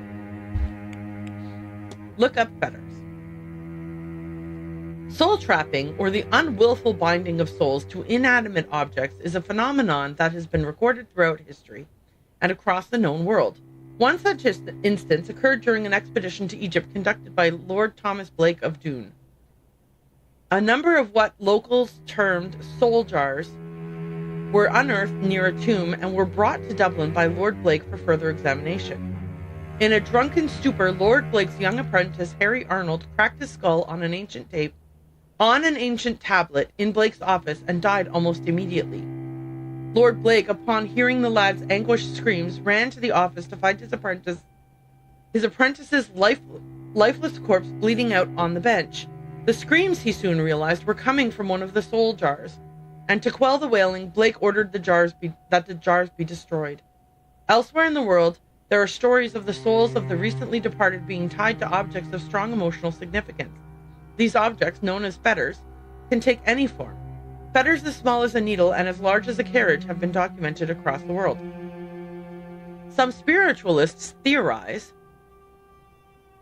that even entire buildings or areas of land can, under specific circumstances, become fetters, though no evidence of such a phenomenon has been found thus far. Others disagree with this assertion. They argue that the force of emotion needed to tie souls to something as large as a building or as intangible as an area of land would be frankly inhuman. Well, they obviously haven't seen The Haunting of Hill House. Nothing right now. Okay. Oh, I didn't look at this painting. Artwork. A drawing of an unusually detailed lock. I wonder if it's a diagram of a real lock from somewhere. My guy. Obviously, this is a real lock somewhere in this house. Or on these grounds. Religion. I don't know if I've looked up things yet. Copies of the Bible sit here with core texts of other faiths. It's interesting to see this so openly displayed. To some, this would be blasphemous. Is there anything I want to look up? Let's look up Celtic religious symbols and pagan sacred sites, since we can. There are a number of designs synonymous with Celtic culture and spirituality. I list a few here. The Triskelion. 3 spirals joined together at their outermost points and the center of the design. Thought to represent the physical world, the spirit world, and the afterlife, or alternatively, birth, life, and death. The triquetra. It could be triquetra. An ancient symbol of a tri-pointed, endless knot, now understood to represent the Holy Trinity. The Dara knot, a complicated square knot without end, associated with St. Patrick, patron saint of Ireland. The Dara knot is a symbol of unity and peace. Okay, and then pagan sacred site. While much of the knowledge of sites of religious significance to the pre-Christian pagans has been lost, there are several that have been identified across the country. Stone circles apparently constructed for ritual purpose abound, and burial sites such as those found in Newgrange suggest a reverence for the movements of the heavens. Some old sacred sites seem to have been co-opted into modern tradition, as there remains a tradition of lone oak trees being left being best left undisturbed so as not to upset otherworldly spirits. A superstition which does not hold the same prevalence and longevity in other parts of the United Kingdom. United Kingdom.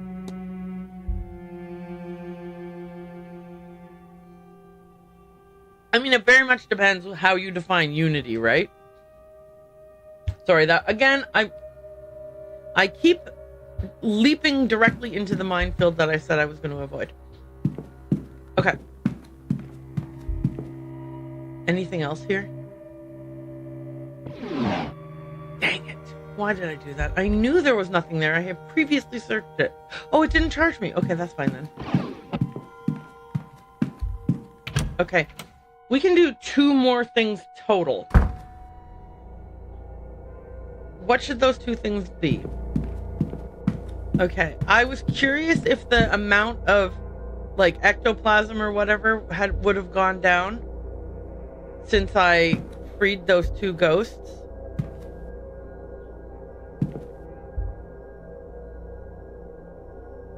A strange contraption.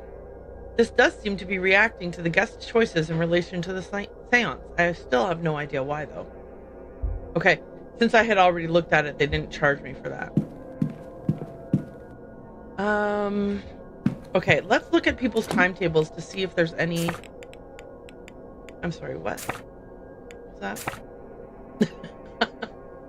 Sorry. That was, that's interesting. Okay. What is this? A bottle of drinking alcohol with a high ethanol content. Okay. Ethanol, I meant to say, but anyway. What time is it? 6 p.m.? It's heading into 6 p.m. First floor, northwest corridor. Okay. Bar. Walled garden. Bar. Bar. Library. Oh, they're both going to be in the library. Yes. Okay, cool. We can search some rooms. Okay. We can. Oh, we've already searched his room. Dang it.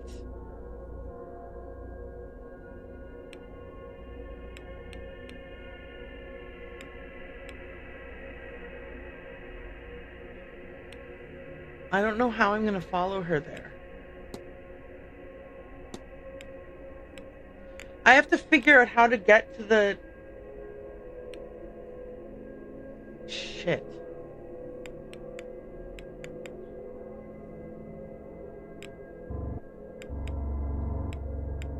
I'm not gonna be able to do this because I don't know how to get to... Okay. I started a little bit getting spirally upset, frustrated. 2 things. If I finish this playthrough without discovering everything, the game is not going to self-destruct. Like, this isn't Mission Impossible. If I need to, I can always play it again. So,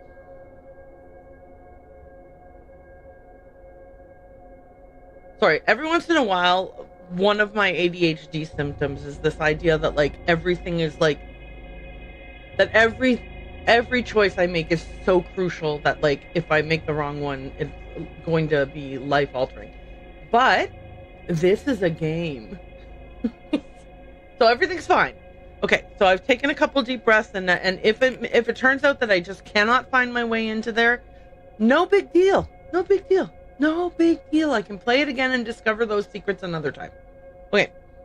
If I lose the game, I can play it again. Okay. So, I was about to get upset because I was feeling really stressed that I wasn't going to be able to make it into the change room. I'm also stressed that I haven't met all the people yet. Again, this is something that I can fix by playing another playthrough.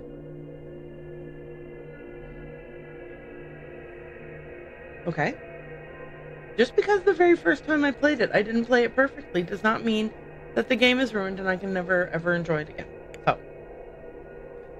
So. Maybe I can follow them in? How do you follow someone? The time just sort, they just, no, everybody teleports to wherever they're going to be. So you can't do that. Okay. Okay. Oh, Finn will be in the bar, which means I could search his room. Okay, so why don't I make a plan for whose rooms I would search? I don't even think I have a key to access any of the staff rooms, so I don't think I can do that. I've already previously searched Kahal's room.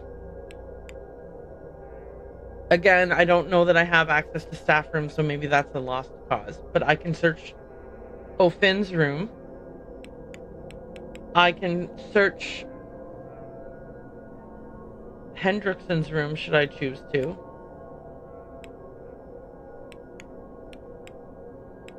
I can go to the library to confront Victoria.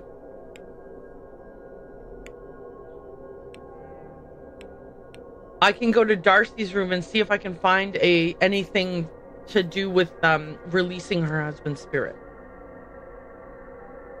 Releasing or trapping. We can release it, or potentially we have to trap it and then throw it in the ocean. Dupre suggested trapping and throwing in the ocean. As he said, that was more kind than doing an exorcism. I would love to search this guy's room, but he's gonna be, like, I don't know where he's gonna be. We can always stand outside the room and listen, right? Like, they're not necessarily gonna be in their rooms. Okay. So what can I do? What can I do for 2 points? Right, I guess I could go talk to Varley and ask him 2 questions.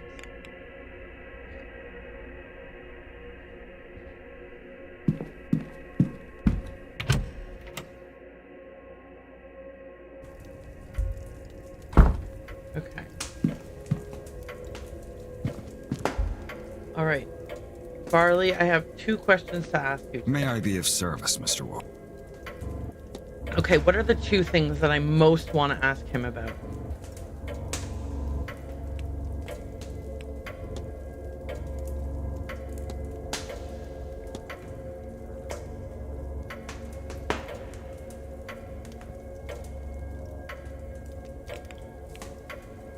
Miss Dean's invitation. Is it true that Miss Dean was specially invited to the manor? If she was, I was not informed. Regardless, we're not liable to discuss that information with guests, Mr. Ward. We're not... Okay, so meaning we're not likely to discuss that information with guests. Okay, let's ask about the treasure map in case he has any insights. Does this mean anything to you, Mr. Varley? It's certainly a riddle, Mr. Ward, hardly my domain. I see mention of the garden, however. You might ask our groundskeeper. Did I talk to Hunter and never ask him about the map? I need nothing else. Thank you. Certainly. Okay. Dong.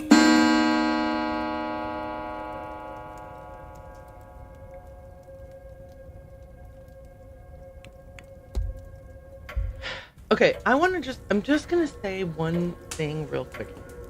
I was watching someone else, a snippet of a smidgen of someone else playing this game. And they had an item that I didn't have, but they had it way at the beginning of the game. I missed picking up an item way at the beginning of the game. I think it's relating to her.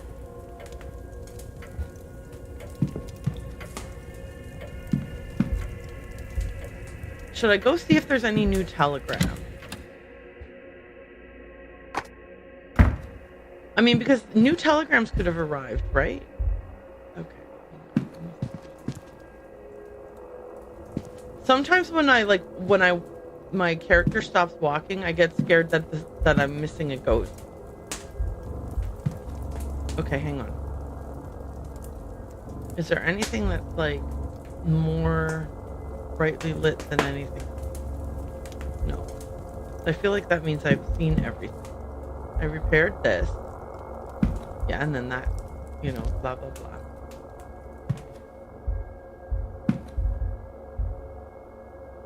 You can listen at event. Okay. Maybe this isn't going to be fruitful. Okay. Let's go talk to Victoria in the library and then snoop around in people's rooms. Actually, let's see if there's anything we want to say to her. More questions? Can you tell me about anything that I think is useful? Bridge game. Were you at the bridge game on Tuesday? Yes, Darcy taught me how to play. This is how bored I was. Did many attend? Aside from Darcy and I, were the Callahans, Quinn, Lau, Coventry, and this man who owns the place, Blake. Okay, interesting. I don't know what that helps me. Like, I don't know about this fight thing that everyone's going on about. I don't have many questions for her regarding these people at this time. Okay, maybe I don't have anything else to ask her right now.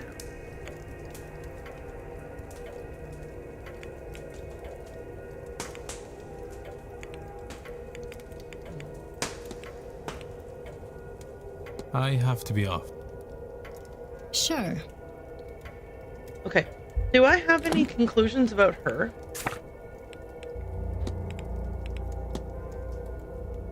Oh.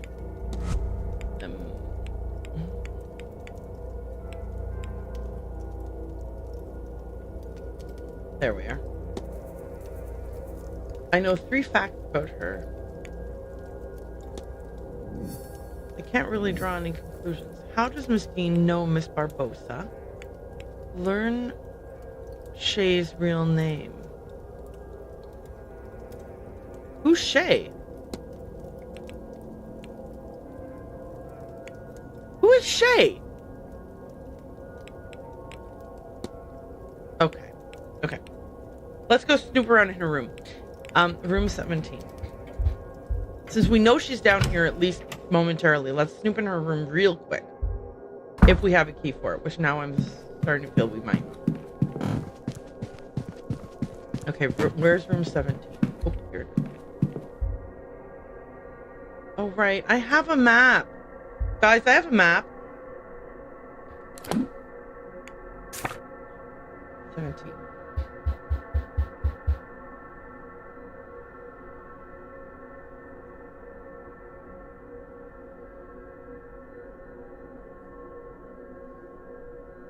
This room here. I do have the atrium key.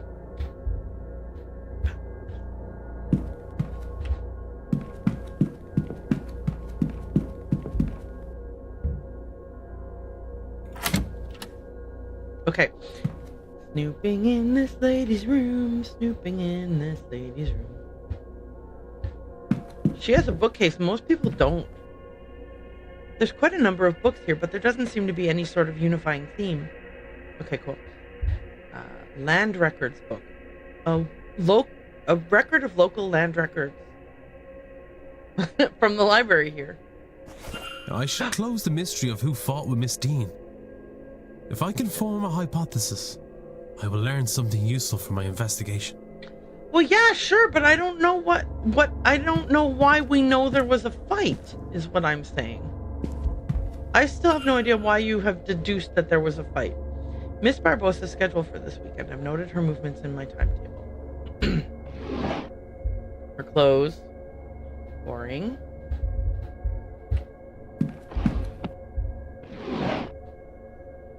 Okay, she's got just stuff. Beautiful. It looks like it won't open without some effort. It looks like to open it, I need to navigate the emerald to the rightmost extrusion. Are you going to let me play this game? Okay.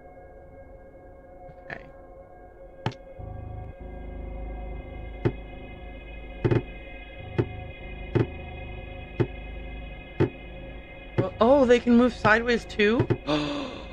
Oh, that's different than when I've played. When I've played, you could only move these guys this way.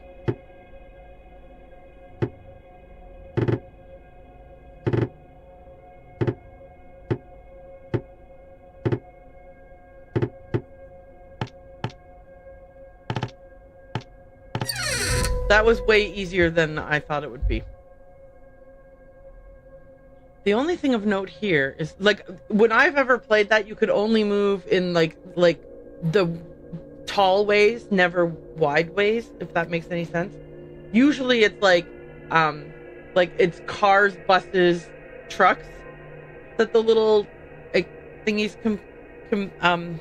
anyway. I do like that puzzle. But I was like anticipating that I would not, like, that I'd only be able to slide if they were oriented vertically. I could only slide them up and down. If they were oriented horizontally, I could only slide them left and right. Having the ability to move them in either direction unlocked so much potential and made that puzzle so much easier. The only thing of note here is the following. Why do my dreams have me stuck in this place? It's endless halls and confusing doors. I want to get out, but I cannot. The night that the dream does not wake me, I end up at the séance. I think, is my father here? A photograph of a younger Ines Barbosa with a woman who bears a striking resemblance to her. Her mother, perhaps? Burial record. A burial record from late last year. It is mostly in Portuguese, but from what I can make out, it seems to be for Miss Barbosa's mother. Okay. Personal items. A few personal items. Okay, well, I mean, at least I love that I'm just going to leave her box unlocked here, and, like, she's supposed to not be suspicious of that. Her boots. She seems to prefer a medium boot. Okay, good to know. Clothes for the event. None of it is noteworthy. Well, now that I know I can look under beds. I guess not this bed. Book. This book appears to have been read many times. Great, so I don't get to see the title of it. Zoom in. Okay. Travel documents. Travel documents detailing a journey starting from Brazil in March of this year. She arrived in Lisbon in June. She then worked her way up to Ireland over 3 months. She was in Ireland for about 6 weeks before this event. Okay. Yeah, I was like, wait, she's from Portugal? I thought she was from Brazil. And then that question was answered by reading her travel documents. It seems like her father and mother probably met in Portugal. But at some point she emigrated to Brazil, whether with her mother or by herself. But she came back to Portugal because her mother was dying or died. Okay. There's not much in her room to really find, you know? Did I search everything that's searchable? Yep, I think so. Okay, let's get out of here. And what was I wanting to do next? I think I still want to confront Victoria with some evidence, but maybe searching people's rooms is also an okay idea. I haven't met Mr. Scarrett to know if he is or isn't in his room. We know Miss Erickson isn't, but it doesn't matter. We've already fully searched her room. Whose timetable do we know for sure they're busy right now? Because we talked about that a bit too. Okay. Lau. Murphy. Oh, it's Darcy. I said that I wanted to go back into her room real quick and see if I could discover anything in there. And O'Finn. Let's try O'Finn's room. Using the map instead of guesswork. Okay. So I have access to these rooms. Oh, dang it. I don't have the southwest corridor key yet. That's the key that's in the basement. Okay. Ooh.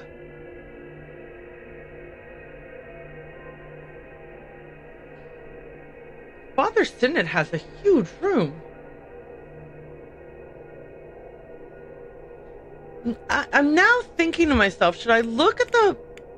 Okay, so here's the hedge maze. Okay. churchyard. Basement. I've been to the East Tower and West Tower basement, but no other part of the basement.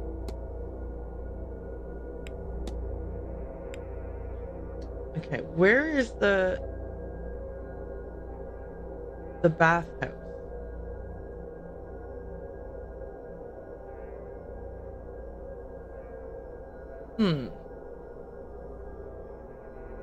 It's not even on the map. Like, it's not even a locked door on the map. What? Huh? How can that be?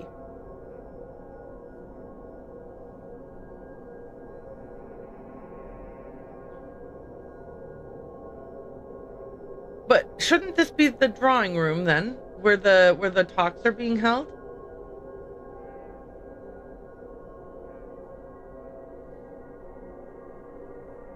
And shouldn't the bathhouse be here?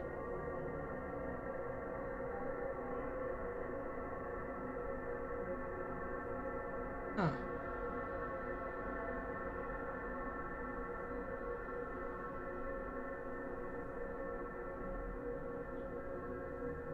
Yeah, that's the staff door that led into a... Yeah, and I wasn't able to get into this closet. Okay, so I think my map only shows me rooms I've been into. Or like the bedrooms that I know about upstairs. Because this is the ballroom here and it's not even showing up on the... I mean, it's probably this big. And like the whole balcony is here.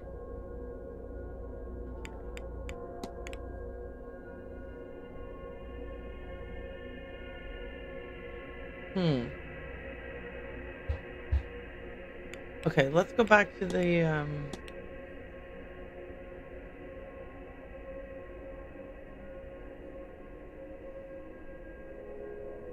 Alright, she's over here.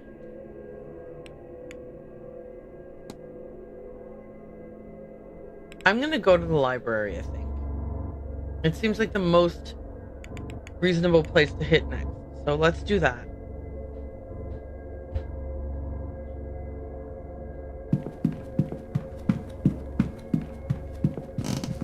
Oh yeah, she's got the jar there. Yeah. In here. Where are they? You're here, but where are the other two?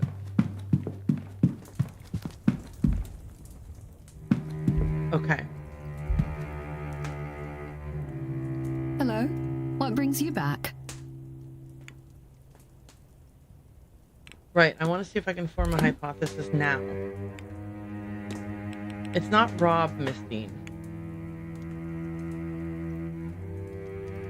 Maybe I don't have enough... I haven't spoken to her enough. Hello. What brings you back? Okay. A letter from our missing Miss Evelyn Dean, threatening to blackmail Miss Ivy McLeod regarding her relationship with her chaperone. Is it fair to say yourself and Miss McLeod are quite close? Of course, sir, I'm her chaperone, and we spend quite a bit of time together. Some might say you're very, very close, if you catch my meaning. Whatever you're implying, Mr. Ward, I don't appreciate it. Okay, well, I wasn't... You weren't meant to do it that way. Mrs. Victoria has a collection of Miss Dean's documents, presumably stolen. Can I discuss it? I'm discussing it with her? Okay. I found these documents, but I can't for the life of me seem to find the owner. Might you recognize them? Documents, but how the... I have the key right... Where did it go? You know, I'm rather sick of games, Mr. Ward. I've been toyed with enough for a lifetime. We share an inclination for room searching, do we? Fine. Mrs. Lau, you stay out of my business with Evelyn Dean, and I won't ask why you were sneaking about my room. Though if your business with Miss Dean, because it is, isn't it? Sorry, though if your business is Miss Dean, because it is, isn't it? She's in everyone's damn business. You might be interested to know that the cufflink you likely saw with this finding of yours belongs to Mr. Coventry. What do you make of that, Mr. Ward? You might want to stick your nose into his affairs and leave mine well enough alone. I'm trying to figure out what your dealio is.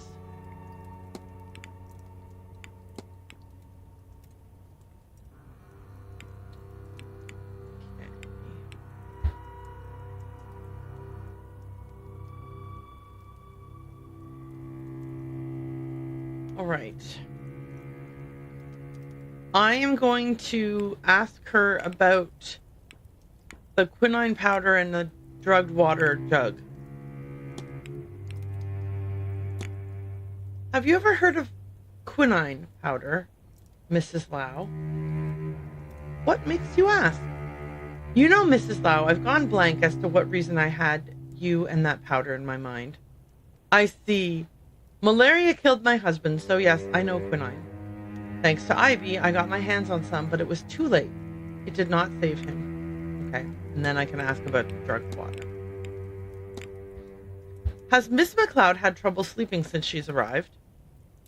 Not to my knowledge. Forgive me for asking, only she seems a little out of sorts during the day. Well, she did mention she's not feeling quite herself. I think it's the travel and the stories about this place. Nothing to be concerned about, I'm sure. Okay, so I still didn't unlock any new words here.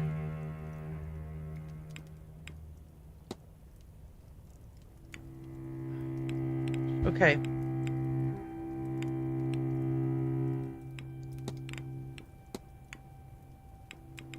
Oh, hang on.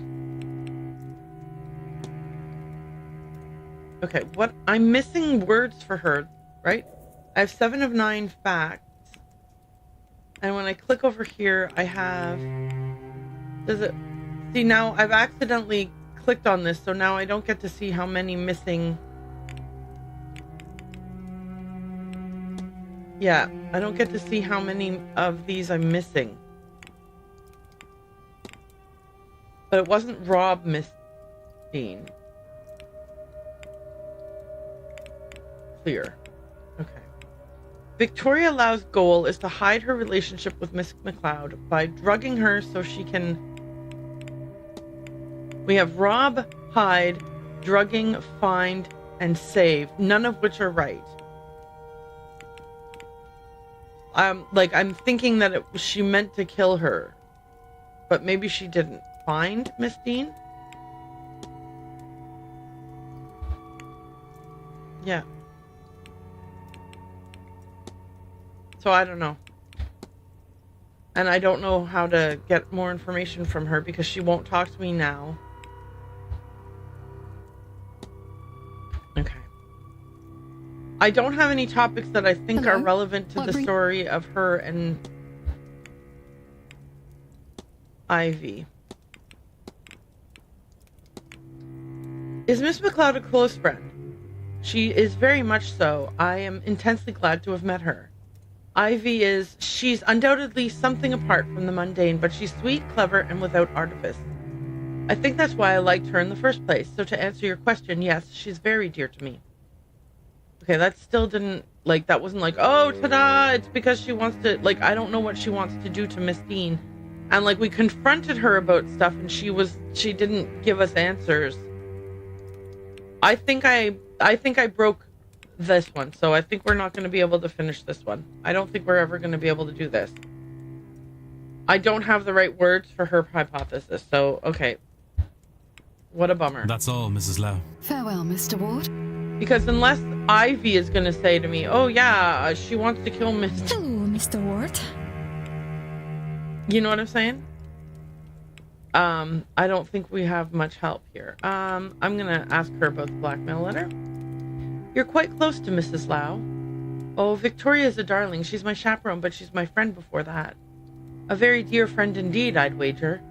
I'm sure I don't know what you mean. Yeah, see, that's not helpful. Why is putting them on the spot gonna help me?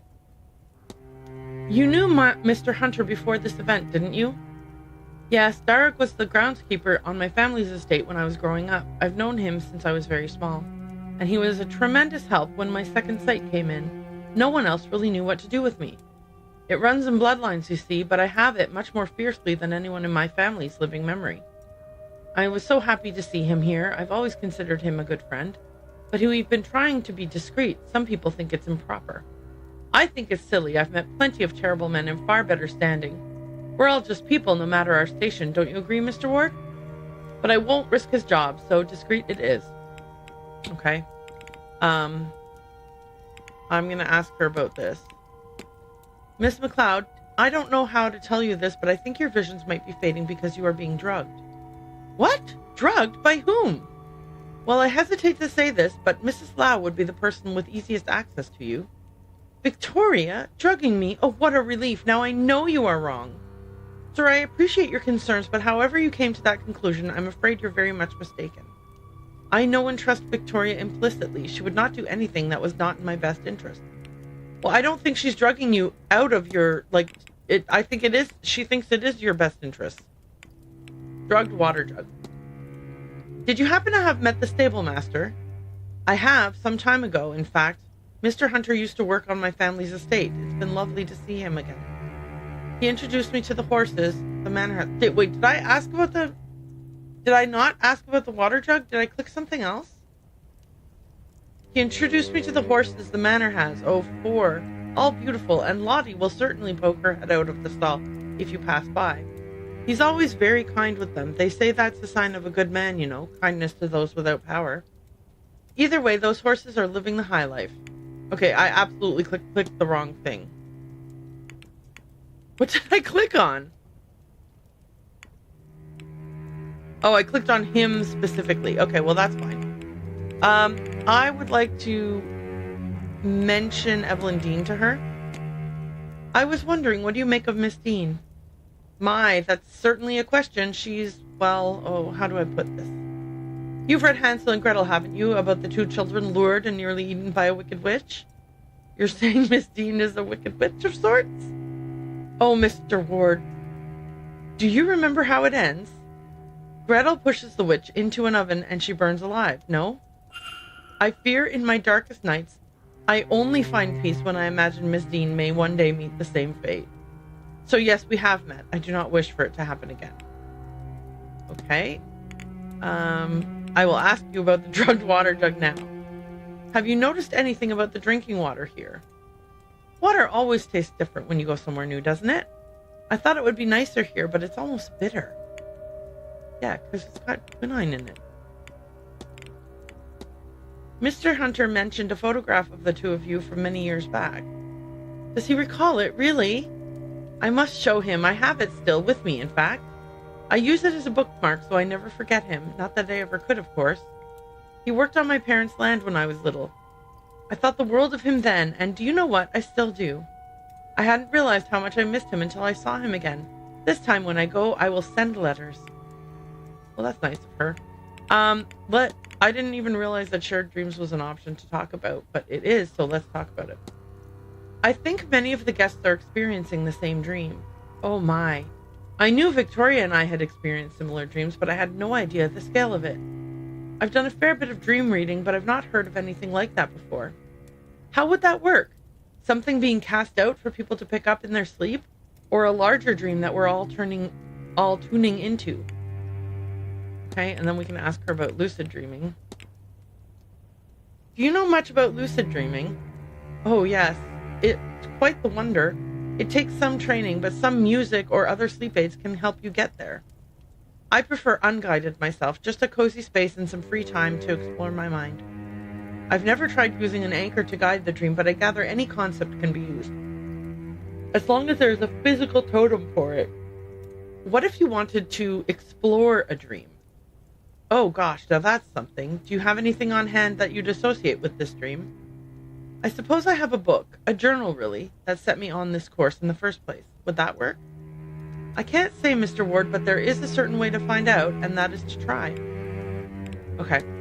I don't know what this curse is about, but apparently I can only discuss it with a few people. Oh, the Quinn family curse. Right. So the Quinn family have a curse on them. What's it supposed to do?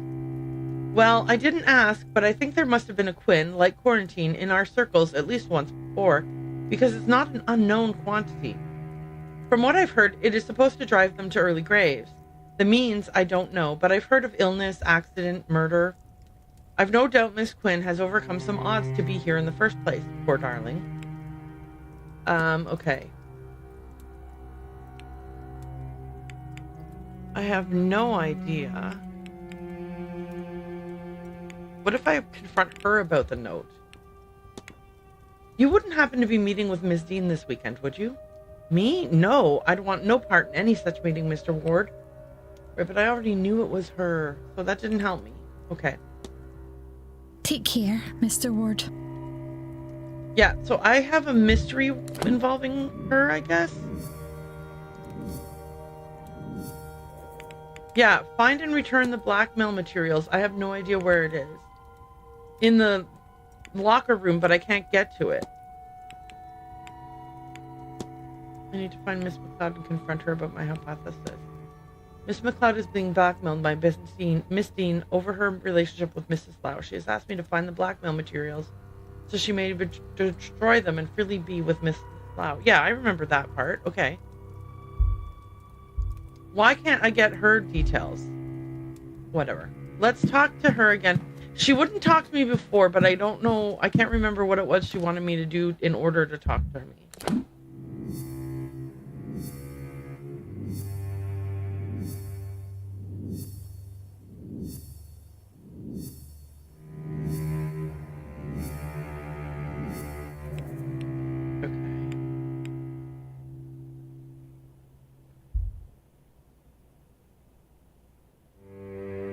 What? Listen, sir, I don't want to... Unless you have that book, I'm afraid I just don't have time to talk.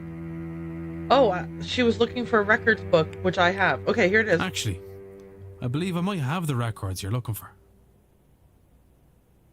Wait, you... Ha! Look at that! You do indeed. Where was it? Miss Barbosa had it. How did she get it? Of course, I loaned it to her during tea and then forgot. Too many late nights worth researching. Speaking of which... Page 78, and that's what I was looking for. Thank you, sir. You've helped me a lot. I'm not sure why you would, but you have. Okay, I can ask her 31 questions. I haven't seen you before the incident with the bird, unless I'm wrong. Rest assured, miss, we haven't met. My name's Declan Ward. I've only arrived recently. Even then, I could still have missed you. If you hadn't come by the library, I mean. Anyhow, I'm pleased to meet you, Mr. Ward. My name is Quarantine Quinn. You can call me Quarantine, and I might now owe you a favor. But for now, thank you sincerely, and do please excuse me, I have work to do. Shit! Oh, shit! Okay, well, at least she left a scrap of paper that I can look at. She seems to have left something behind. What is Miss Quinn planning? Okay. Find the body of water. It said to use the research station, so what am I meant to be researching now?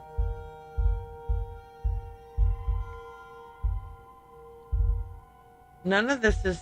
I've already looked at all of these things.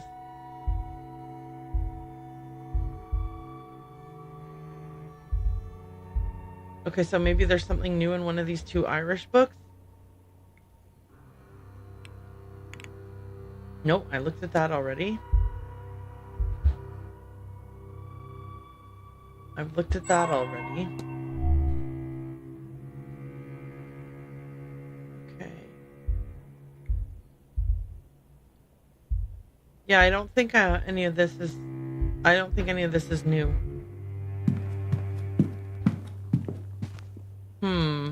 Okay, well, so where can I find... Who all's room might I be able to search?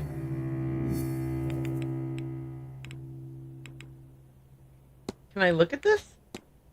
Requires a body of water. Okay, and then it's one of those things. There's a note written on the back. Itual requires a body of water. I can use the bathtub in the ladies on the first. The rest of the message is missing. Ooh! First floor ladies' bathroom. Okay.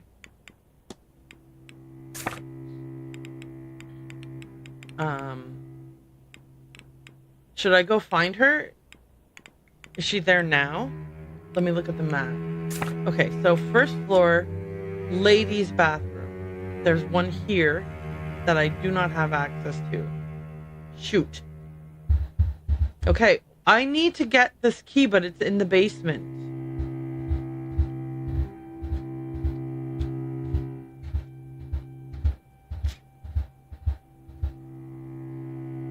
Okay.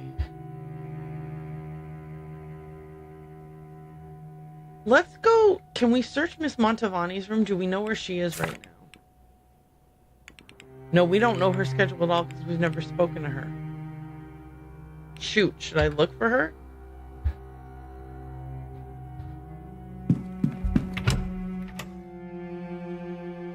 People are in the bar right now. Maybe she's one of the people who's in the bar right now.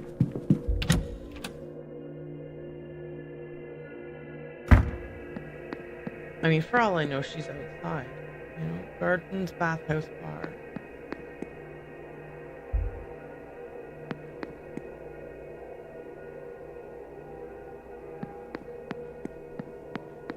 Okay, I really wish that I knew a way to get into here.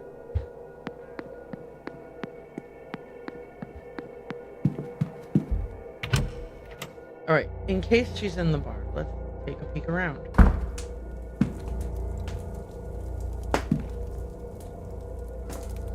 Are you enjoying the event? Oh, no. I wish I hadn't come. It has cost me everything. Oh. Well, I'm having a nice time. I mean...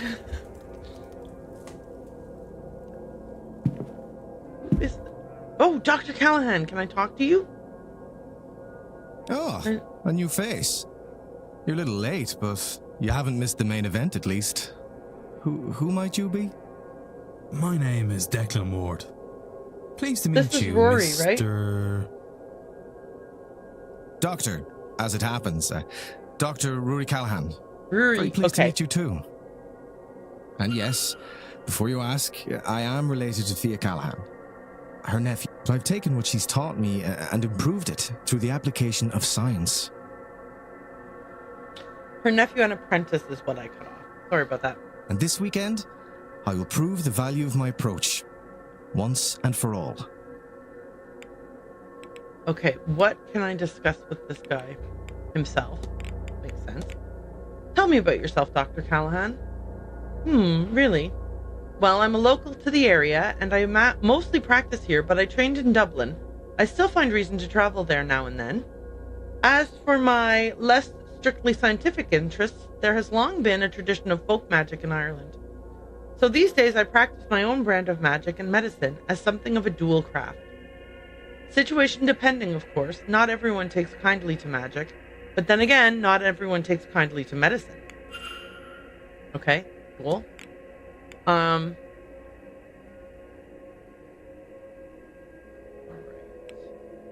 Can you tell me about the Milesian bloodlines? What do you think of that?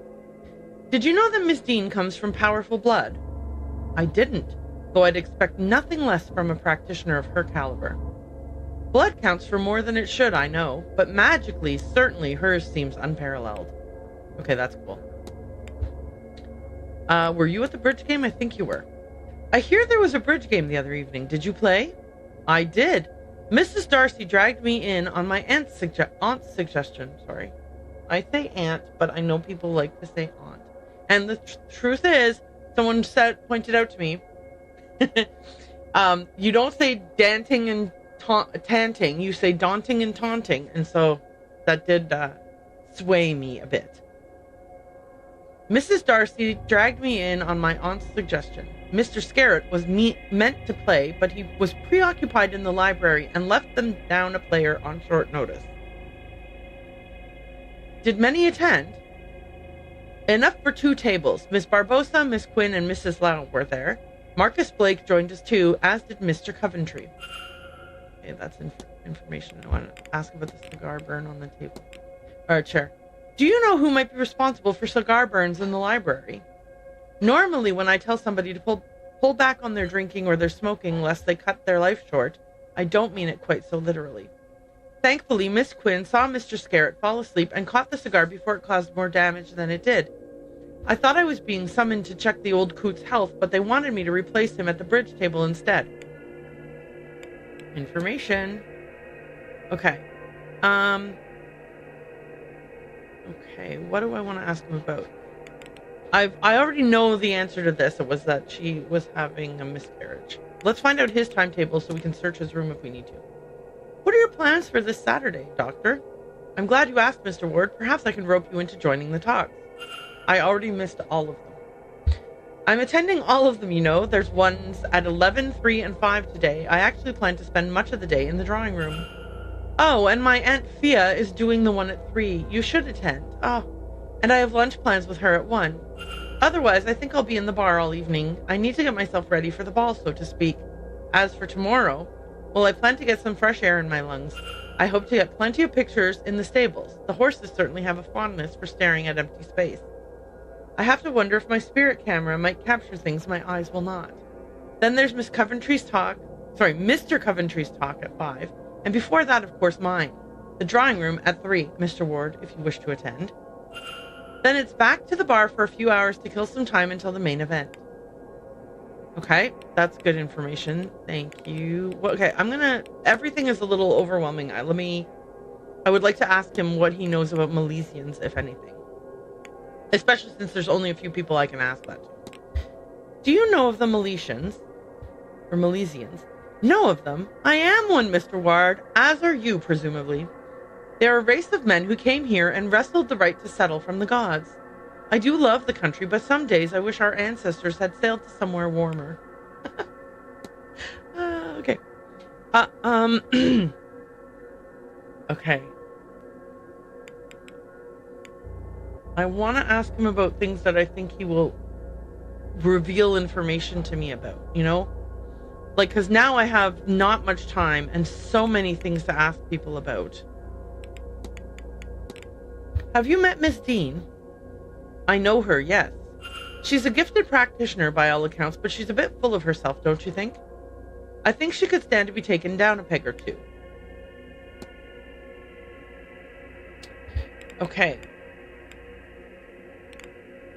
What do you think of this guy? Have you spoken with Father Sinnott? I don't have a lot to discuss with priests. They tend to find my approach to things to be unorthodox. I'm surprised to see a man of the cloth at the event. I do not buy his just keeping an eye on things line, not for one moment. Yeah, me neither. I forgot to analyze you. So now I'm just going to scrutinize you from over here. I hope you don't mind. Celtic cross tie pin. Cross in the Celtic style, a sign of his faith mingled with one of his heritage. And, oh, it's his hands. Raw hands. His hands are red raw with the subtle but unmistakable smell of a modern doctor's office. Oh, he's washed this. This must be after the germ theory situation. So they used to think that like illness was transmitted by a miasma in the air. Blah blah blah. Also, there was this whole thing about like if you're a doctor, you're automatically clean, so you don't need to wash your hands. And so now they do wash their hands. Okay. Oh, there's so many people to discuss. So much to ask about. Okay.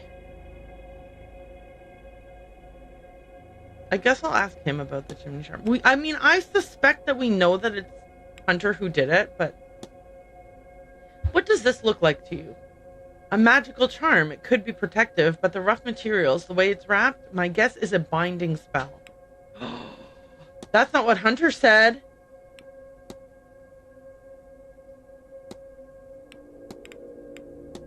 I found a pile of twigs and horsehair. Does this have any meaning to you? Either you have a magpie building a nest or somebody is practicing witchcraft. But horsehair, maybe the stables is a good place to check? Yeah, I already did. Okay. Do you know about the Quinn family curse? Lucid dreaming, strange dreams, shadowy figure. Oh my gosh, there's just so much. Like, and I feel like if I ask him too many things, then I'm missing out on opportunities to ask other people things.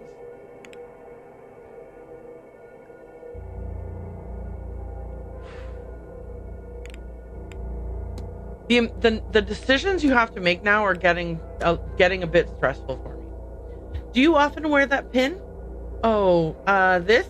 You know it's habit, settles patience. I forgot I even had it on. I'm a pagan myself, but this is Ireland. A strong sense of guilt and shame has been bred into even the freest of us. Raw hands? Forgive me for asking, but are your hands okay? Oh, huh. Yes, they are. I work with chemicals, carbolic acid to sterilize wounds, and various others to develop pictures. It's left my hands looking worse for wear, though. I bet he has eczema.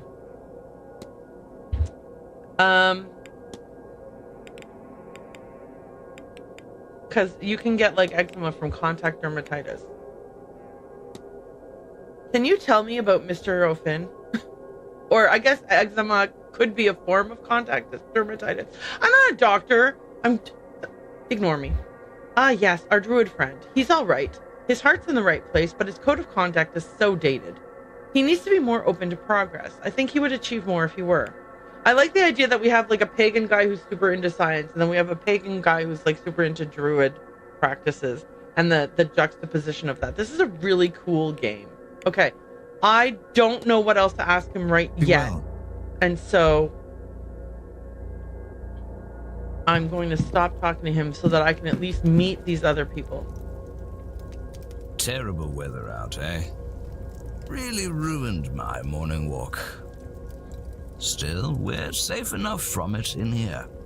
Sure are. Where are my manners?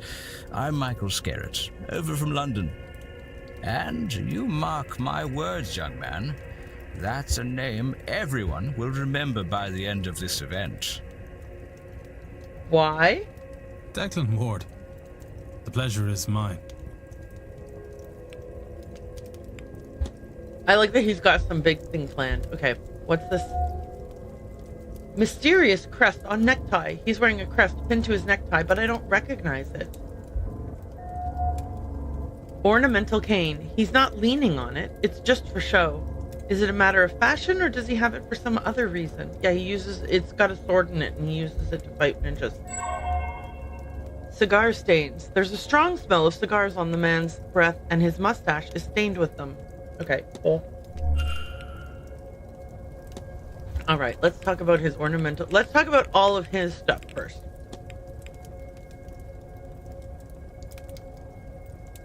When does your evening entertainment start on day 2?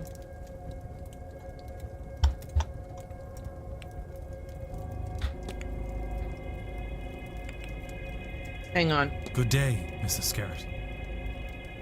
Good day. Don't you go anywhere. 9 p.m. is when the ball starts. But there's the secret silent dinner at 8, right? I have no idea what I asked. What I was musing about that made you prompt me to look into when does...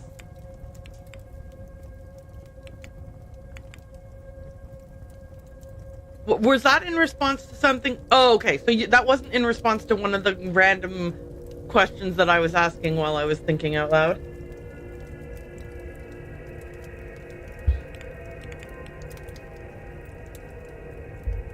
Maybe it was in response to me saying the thing about being stressed out about not having enough time for everything. We meet again, Mr. Ward. Just wanted to get a rough feel for where you are. Oh, man. I will say this. I feel very strongly that I had early on in the game, I was like, oh, I can ask this guy 17 things. I'm going to ask him all 17 things. And then the next guy I could ask 21 things. So I asked him 21 things. And then the next guy I could ask 20, you know what I mean? And I think that I wasted some time in the beginning asking people about things that maybe were not strictly necessary to ask them about. I have wasted minutes asking people about things that I already had solved a mystery regarding that thing. A perfect example is that I had a screwdriver, found the thing hidden in the vent, used the screwdriver to take the vent cover off, read the thing, and then later on I ran into the manager and I asked him about it, and he was like, well, you know, I don't know, you would have to talk to somebody about tools. And I was like, or I mean, whatever he said was something where I was like, did I just waste a talking point and 1 full minute? I wasted a full minute and a talking point on this. So I have some feelings of like, oh, did I waste a lot of talking points and minutes in the early part when I was asking everyone everything? But now I'm trying to be economical in what I ask people, and I'm so afraid that I'm going to miss an important thing, right? Like, oh, I'm not going to ask him about the bridge game, but he's going to be the one that says, oh, Dean and so had a drag out fight at the bridge game. I will not hear him say that. Also, I don't know if you were here when I said this earlier, but I watched like a few minutes of someone else playing the game because like, you know, like I was just like, I think it was last night when I raided, and you know, I didn't want to just like raid and run, right? So I kind of had them on, and I was sort of watching to see if they were, you know, if they were gonna have a like want to chat a bit about things, but they were just getting started. So, but by accident, I saw them that they had an item that I didn't pick up, and they were way earlier in the game than me. I think it was a wanted poster, and I think it had to do with Ines Barbosa, but I don't have that item. And now I'm like, did I miss an item at the very beginning of the game, and I've ruined my entire playthrough because of it? So I immediately, as soon as I saw that, I was like, oop, I'll just, you know, I put lurk in the chat, and I kind of like closed the window a bit, you know? Because obviously I don't want to see anything else that I might be missing. A, I don't need to be stressed out about having missed an item. And B, I don't want to ruin things for myself. Maybe I'll find that item later. So, also earlier today I was saying, hey, guess what? I can play the game again if I want to. If I don't feel like I got the optimal play, I can play the game all over again. I'm allowed to do that. It's not like the game's going to delete itself as soon as I end it. Like, so it's all good. And as someone who replays games all the time, I don't even, like, I'm not even one of those people who's like, oh, I'm so bored replaying this game just to get to the part that I missed. Like, you know, just to, like, I love replaying the same thing over and over and over and over again. That's why I have 380 games in Steam, and I've only played, like, not 380 of them. That's for darn sure. Okay, anyway. We're wasting time. We're burning daylight. I mean, I know this clock isn't ticking, but the real life clock is. Okay. So, Mr. Scarrett, tell me about yourself. Ha! Now, I don't know how much there is to say, my good man. I'm a London boy, born and raised. I still live there, of course, though I do enjoy some time in warmer climates. Not a luxury afforded to us right now, of course.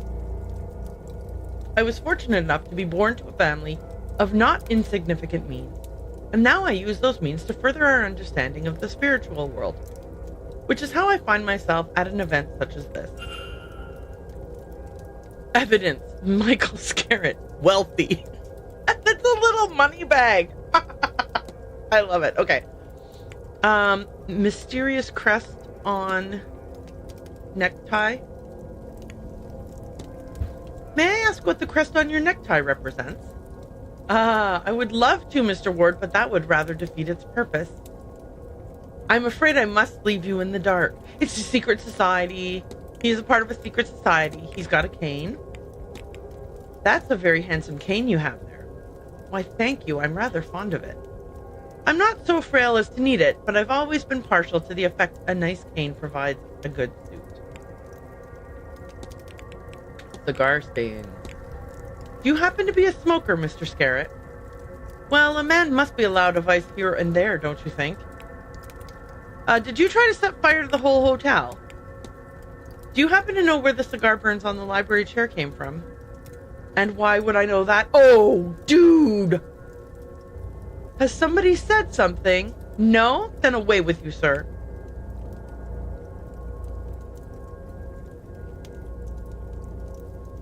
Your vanity prevents you from admitting that you tried to accidentally set fire to the house. Hey, were you at the bridge game by chance? Were you at the bridge game on Tuesday night? Oh, I don't think so. On Tuesday, no. I was relaxing fireside in the library. Oh, dude! Hang on. sorry for disparaging you, Mr. Scarrett. I literally moments ago, okay, well, so a couple hours ago in real life, I was talking to Doyle at the bar. Like, if this is us facing Scarrett, Doyle's right behind us at the bar. And I was pontificating, I don't know what word, a word about thinking out loud, blah, blah, blah, blah, blah. About that he seems to have no memory of his past. He didn't know where he was from. He was like, I think I'm from here. It's like he has the memories, but they're like behind a curtain and he can like kind of make out, like, you know, he's looking through them, but like, you know, he can't really see them. Behind a veil, if you will. You know, he couldn't access memories of like how long he's worked here, whether he likes working here, where he's from. Those are weird memories to not be able to access, in my opinion. Now, is it because he's a drug-addled, you know, person? Is it because he's on drugs and his brain is therefore fried? Or is some magical force impacting him?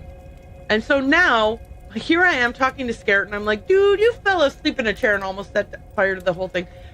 You know, maybe a magical force was impacting him. Maybe he didn't actually, maybe he didn't fall asleep through natural causes. We don't know yet. Okay, there's a whole bunch I can ask him.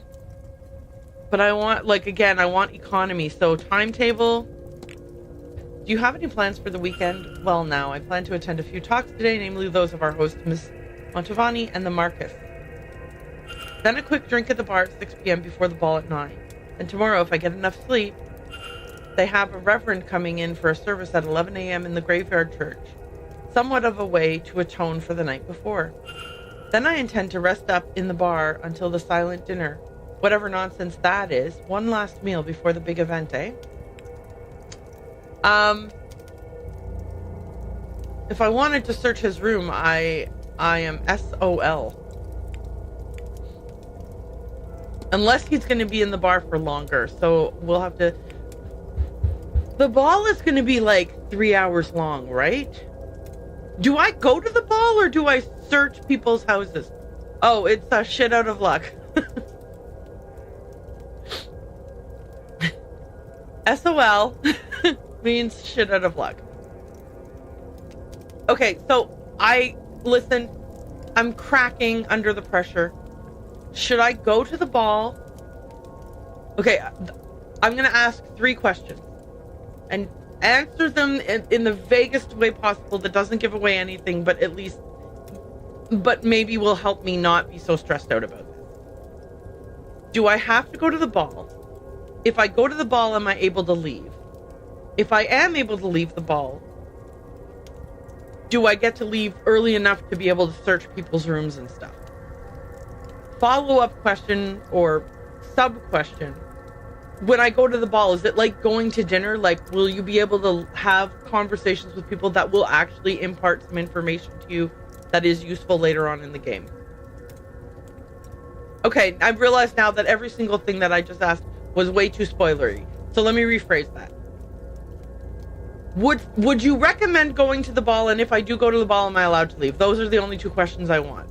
Oh, thank you. That's the perfect answer. Thank you. Thank you.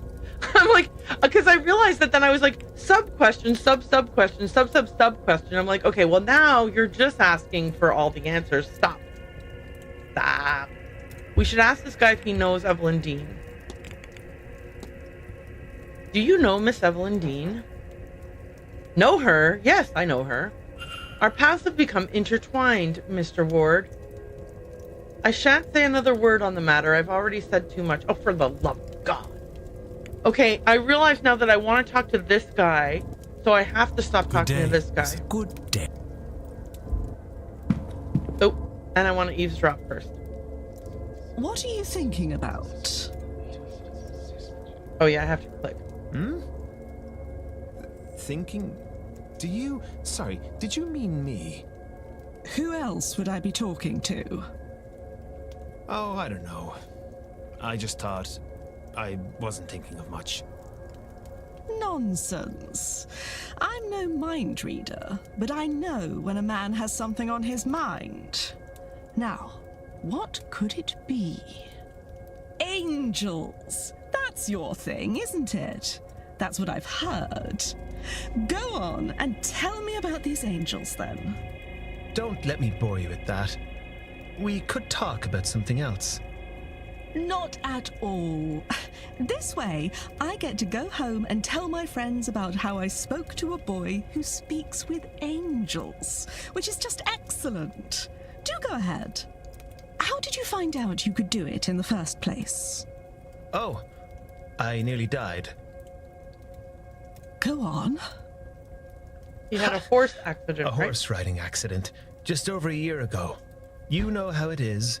The horse spooks, and there's only so much you can do. Oh my god. Speaking of which, my sister had a horse accident. 2 of them. 2 separate horse accidents. She had a horse accident at a horse show where she was doing her thing and the horse balked at a jump and she fell off and broke her hip. I think that was the first accident. She fell off and broke her hip. No.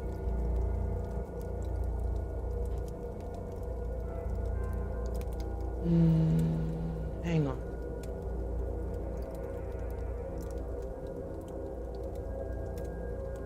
Yeah, I think she fell off and broke her hip the first time. She had her surgery, blah, blah, blah, blah, blah, blah, and took a really long time to heal. Anyway, a couple years later, she climbed onto her horse bareback and her horse freaked out and threw her off and she broke her knee.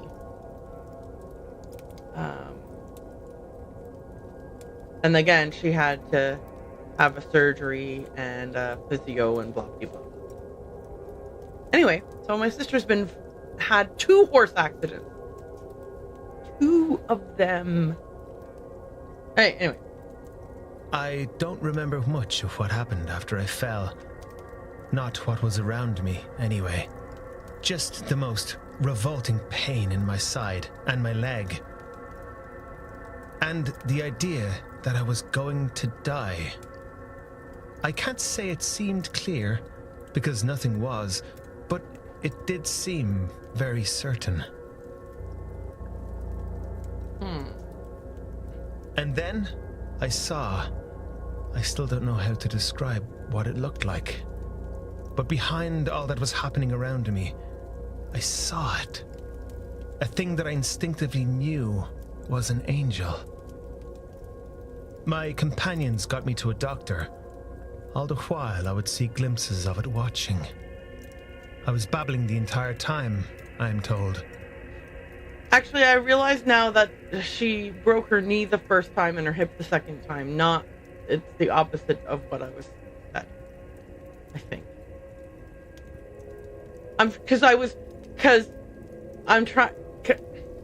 I remember hanging out with her after the knee thing. Yeah, she broke her knee the first time and then she broke her hip the second time. If the story would be today, he would have had a motorcycle accident instead of a horse. Yes, he would have. Yeah, because his accident was not like I was doing some kind of thing that's horse specific. It was a transportation accident, right?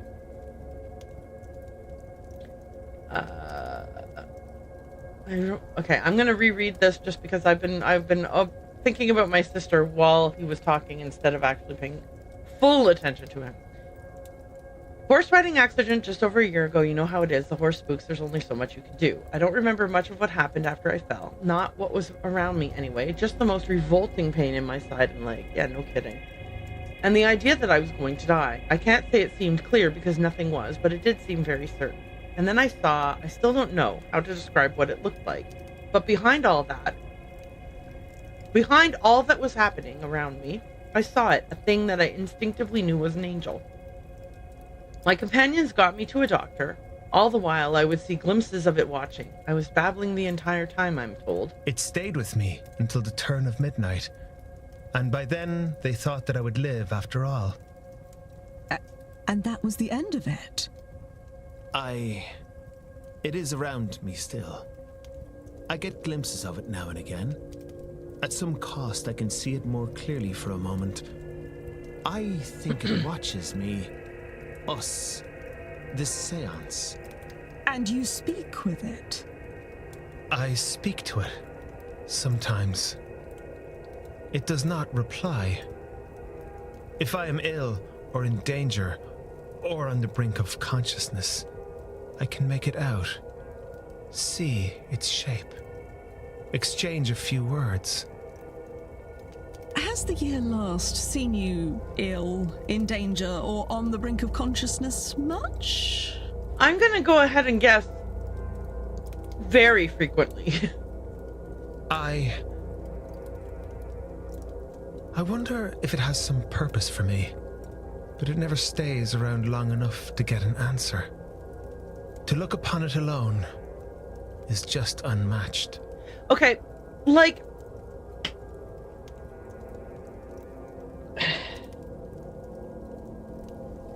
He's like Bella Swan from Twilight. Like, just like doing near-death things over and over and over again to try to get a vision of, in her case it was Edward, in his case it's his angel. But the fact of the matter is, until the rituals work, those moments are all I get. Okay. Dude. I would like to meet this guy here. Yes. Mr. Ward, how are you? I have some things I want to ask you about. So, do you know Evelyn Dean? Have you met Miss Dean? Not really, no. Every time I see her, she's exhausted from her day. I suppose this is an important event for her, even though I don't know the woman. I can tell she's a big fish in this pond. I'm sure she'll find time for me by the time all this is over. Really?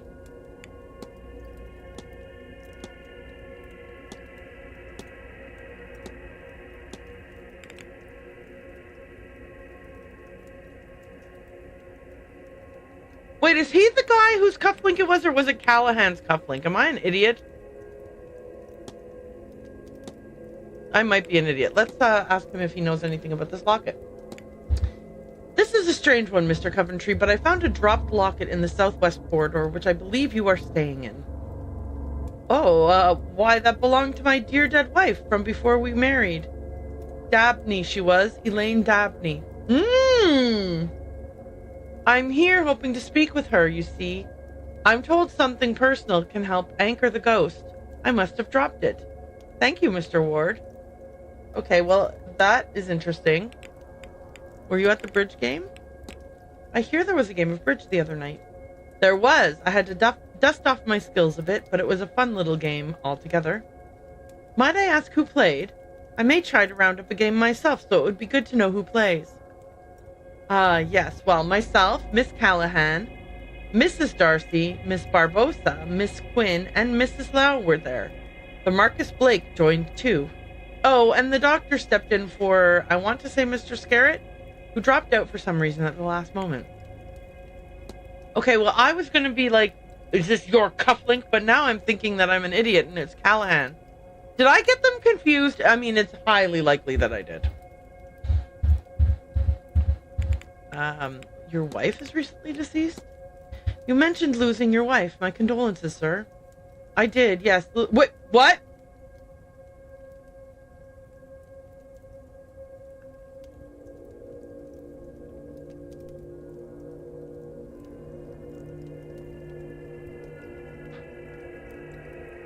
I did, Lillian, earlier this year. Does your wife have two names?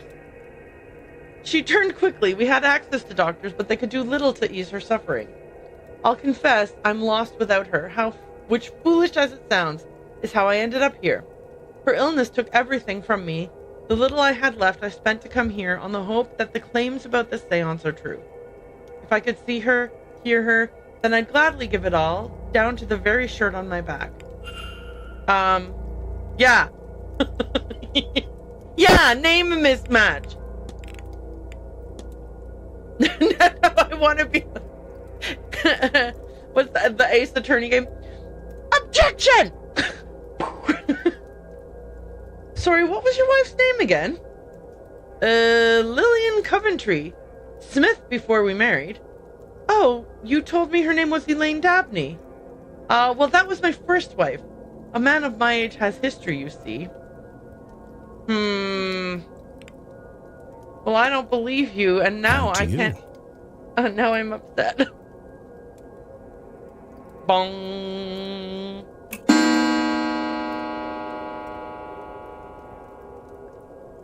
Okay. This dinner in the dining room. I guess I'll go to it.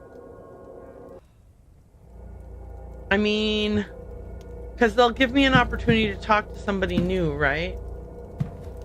I'll go to it. Wait, do I have time to ask Finn a question and go to dinner?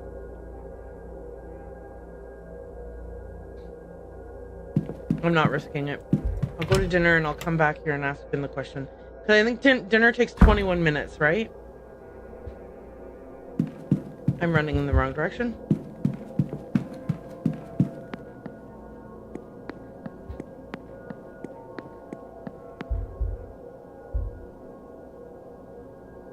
Hello again, sir. You here for the meal? I am. Certainly, sir. Let me show you to your seat. The time pressure reminds me of being at conventions for work. Hey, that... I understand the concern, Signorina. I do... Oh, but Mr. Ward, would you like to join us?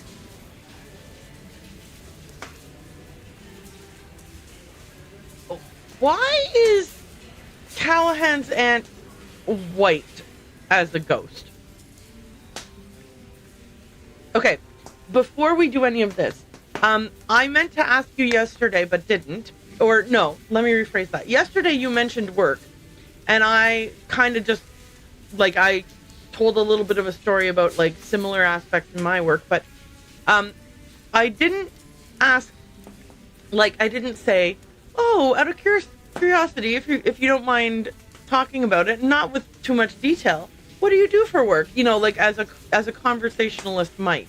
So this is me saying that, and then you now have the opportunity to be like, well, you know, I don't want to talk too much about it, or you could tell me a little about yourself. It's up to you. Either way, totally fine. I'm not like, you're not under the bright lights.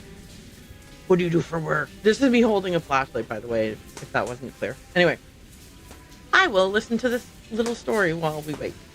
I understand the concern, Signorina. I do, but oh, Mr. Ward, would you like to join us? Okay. We were just talking about, well, whether this seance is such a good idea. You're welcome to join us if you'd like. I will join you for 21 I'd be minutes. delighted to. Second level support for logistics software provider. Cool. I do kind of IT support for a very, very small, it's a small publishing company.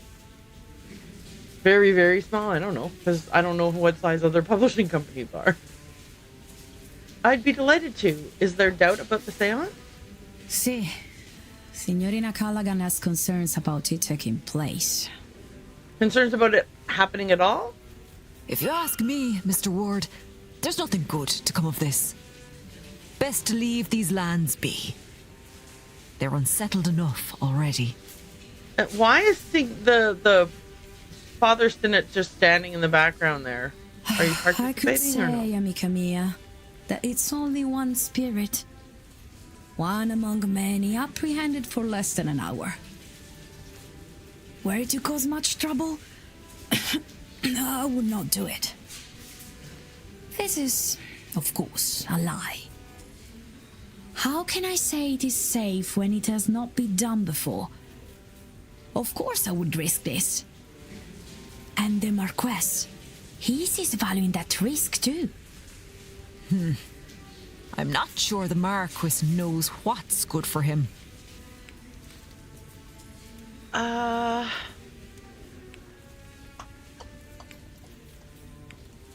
I only ask one or the other? Am I right to assume that Marquez Blake invited you here himself? Yes. He contacted me directly and insisted I host his séance. He said he had heard of my ability and could settle for no less. How could I refuse that, Signor? Or are you the only invited guest? Signor, you offend me. I am the main event, no? Am I not enough for you? I got no invite. And now I understand why. Some of these people are very catty to each other.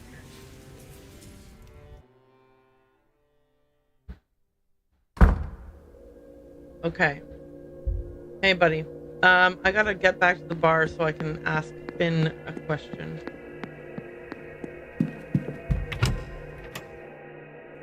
Do-do-do-do-do-do-do-do.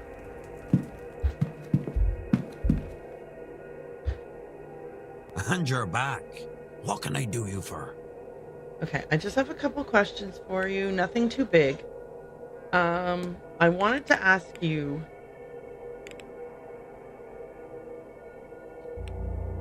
Oh my gosh, I have questions for him. Okay. I want to ask him specifically about these goddess situation. The bloodlines thing. But I think first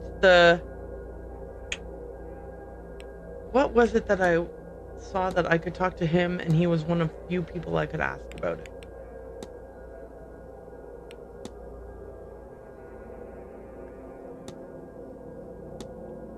Okay. I don't remember. Let's ask about the strange materials. What do you make of these? They look like the components of some sort of charm to me.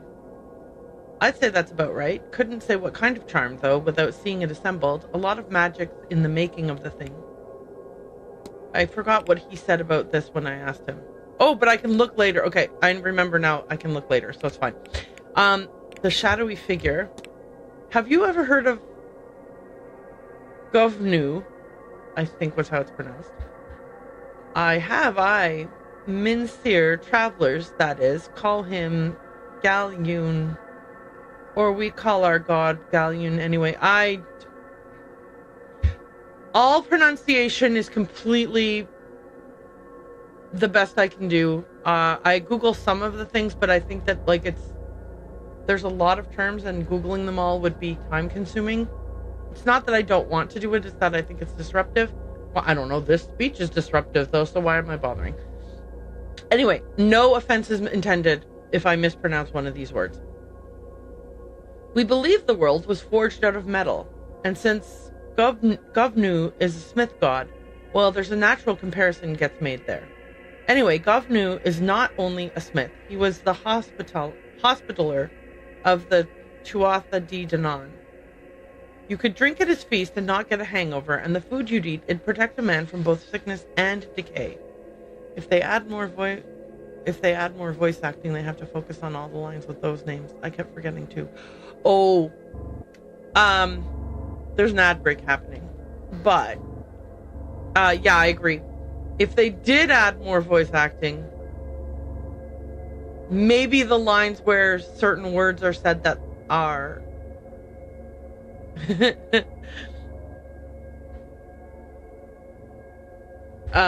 those would be good lines to add voice acting to. I'm just going to put a quick message here.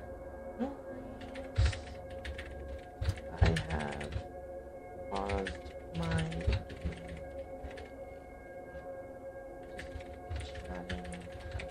voice.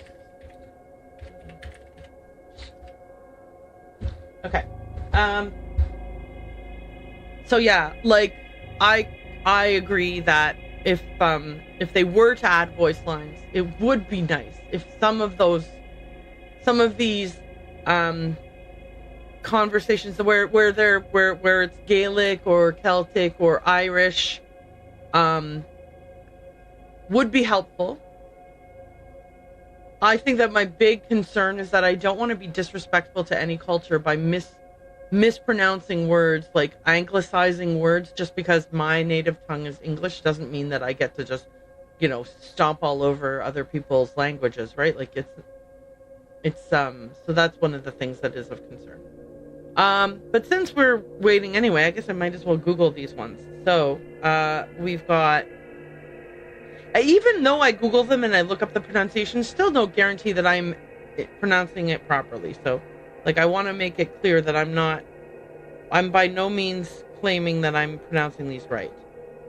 Okay, we got Minshir. Okay, so Minshir, travelers, that is, call him. And then that's where we're going to put Galyon.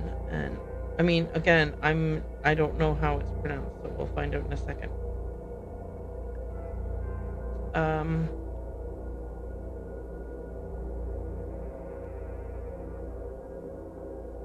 No, that is not what I'm asking for the pronunciation of. Is that a straight up? How about if I push it like this? Looks like it might be Gallion. It is the same as the pronunciation of the name Gillian, or word Gallion, as the name of Irish origins. Gallion is what I'm reading a bunch of googly googlies, and they may or may not be correct. Okay, so here's what we've got. I looked them up, and this is Govnu. Right, okay, so here we go. Minshir, travelers, that is, call him Gallion, or we call our god Gallion anyway. We believe the world was forged out of metal, and since Govnu is a smith god, well, there's natural comparison gets made there. Anyway, Govnu is not only a smith, he was the hospitaller of the Tuatha De Danann. You could drink at his feast and not get a hangover, and the food you'd eat, it'd protect a man from both sickness and decay. I wouldn't mind some of that protection going into winter. Okay, so we asked him about that. I would like to ask him about... Okay, wait, where would I find it? Under... Okay, I would like to ask him about a couple of things. The notes on Milesian blood, I think, will be useful to ask him about. Apparently, Miss Dean is the descendant of a powerful, and I don't even know if I'm pronouncing this properly, a powerful Milesian ancestor. Is she now? She and I ought to have a chat in that case. Okay, that was that. I did want to ask about a few other things. This is what I wanted to ask about, the different goddesses and the Milesians. Okay. Does the term Milesians mean anything to you? Humans, lad. They're humans, our ancestors. Legend is they came here over 9 waves and battled the gods so they could settle here. Didn't end well for either group, but you could say we came out on top. That's a good joke on account of us dividing the land and them getting the bottom half. You'd have appreciated that if you knew your history. Well, I did appreciate that joke because I did already know that because I've read it in the library. Okay. Next we have the goddess Breed. So let's do that one. Do you know the goddess Breed? Aye, her father was the chieftain of the Tuatha De Danann, or De Danann. She's a powerful and versatile god. Her realm is up in... Really? Bart? I don't know. By Dundalk. A modest shrine, but then I think that's how she'd like it. Okay. We can skip past that. The goddess Ankale, I think. Ankale? Can you tell me much about the Kale? Ankale? Fiad know more on that now. Did you know Kale means hag? Sort of a thing we both respect and revile. Yeah, it's like an old crone goddess, right? The goddess Morrigan. Could you tell me anything about the Morrigan? I couldn't, not with all these crows about to report it back to her. Yes, careful. Okay. What else have we got here? The bridge game. Does he know anything about the bridge? Let's ask him about the shadowy figure, actually. I think I've seen something. Something stalking the manor grounds. A large ghostly figure? Oh, lad, you've seen the Tuatha Dé Danann, then you're a lucky... If you've seen the Tuatha Dé Danann, then you're a lucky man. The old gods. Get an education in your heritage, lad. They walked this land a long time ago, before disappearing into the other world. But fragments still exist, like the way you say it, large, ghostly forms. Okay, so now I can ask him about that. Can you tell me much about the Tuatha Dé Danann? Nothing you won't find in a book. They are the old gods of this land, gone underground after being tricked by us mortals. What they think of us now, I can't say, and even as a man who walks their path, I'm not always sure why I do. But do they hear us, talk to us like the Christians think their God does? I can't say. They connect me to this land, and my heritage is all I know. Just feels right to light a fire for them from time to time. They've never asked for more than that. Which is why I want to light a fire in that fire pit. But I don't think I picked up those matches. Only do something if you want, not because you should. Okay, now, do I have a key to this guy's room?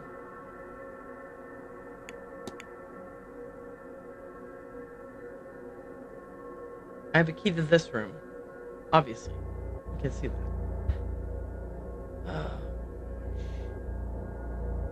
Like, she's at dinner, but is she still at dinner the whole time? Like, or did she also leave early? I don't have a key to Finn's room. Alright, let me see here. It looks like perhaps we can... Oh, God damn it! I'm so mad that I don't get to do this, because I have no idea how to get there. That makes me so frustrated. But it is what it is, and I'm not worrying about it.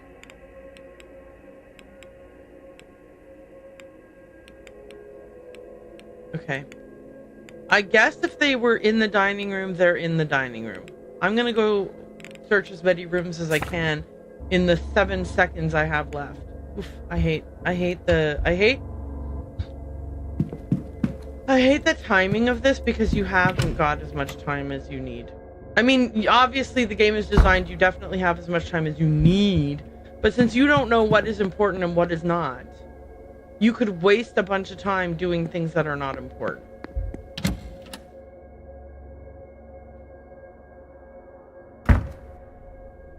Okay. I don't hate anything. Like, to be clear, if I didn't like this game, I wouldn't be playing it. I don't hate anything. I worry that I'm missing something important.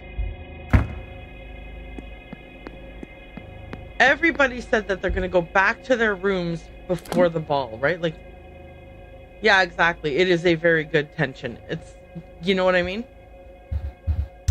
Okay, should I look in this room, or should I go do these rooms?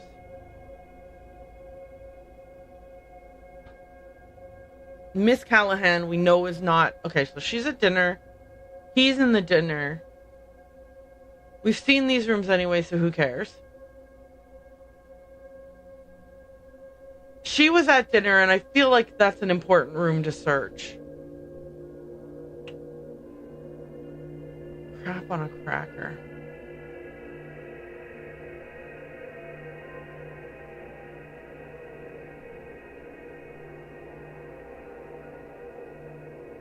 I need to pick one room. I guess I could search 2. 15 minutes per room is not unreasonable. It really depends on how many things there are, right? Because if there's like a book, and then the book has like a bunch of different, right? So it very much depends. Okay, so let me think about this. We do now have access to Mr. Scarrett's room.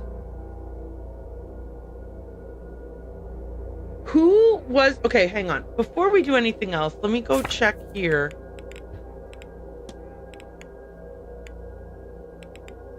who was she supposedly going to their room multiple times a day?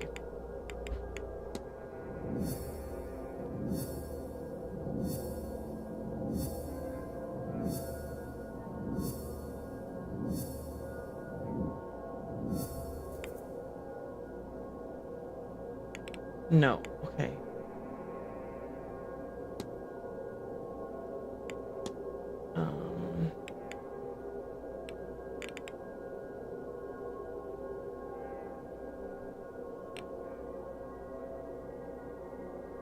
I have no idea why I even know that there was a fight. It says the fight, but I'm like, who told me about a fight? Nobody did.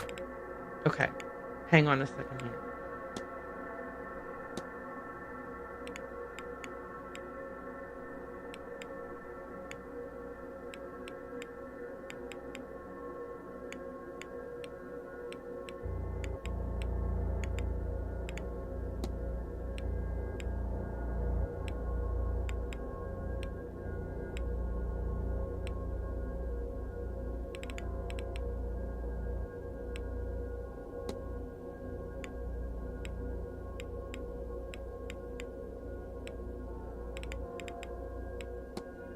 Item. Where did I get this key? Why do I have this key still? Okay.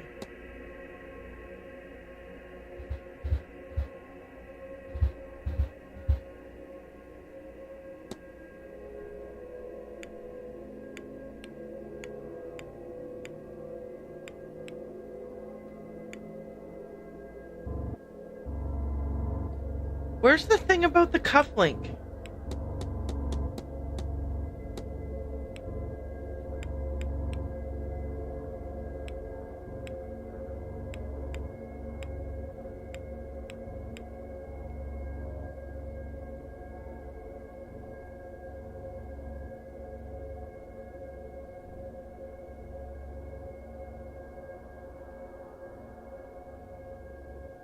Wait, why is the cufflink not in here as a thing that I can remember having found in... I'm not allowed to remember that I found the cufflink in Victoria Lau's things? Or that she was like, would you be surprised to know that that cufflink belonged to name of person? Where did that go? Why do I not get to remember that? Okay, this is crazy talk. Where is the cufflink?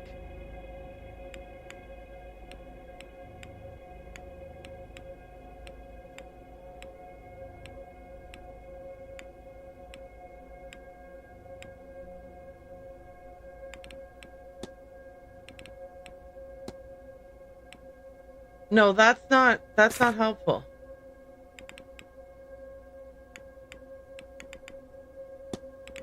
Oh, okay. Alright, well, forget it, I guess. Okay, well then I guess it doesn't matter which room I search since I have no idea which one is which.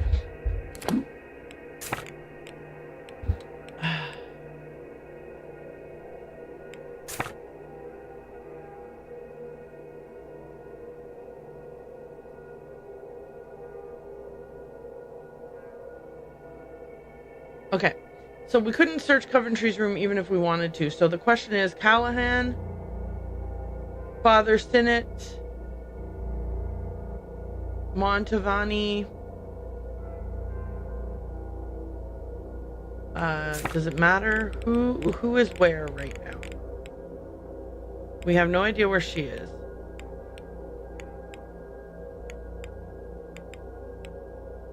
Wait, if we know he's in the bar, why isn't he marked as being in the bar right now? Oh my gosh, game. She was in dinner. Why isn't she in dinner? Alright, well, I can't risk it. Let's go to Barbossa's room. I mean, whatever, right?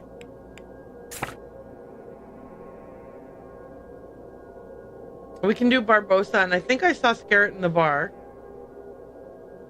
Ugh, I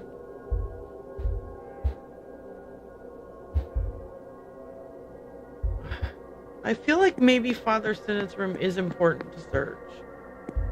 I don't remember which direction I'm running in. Is his room down here?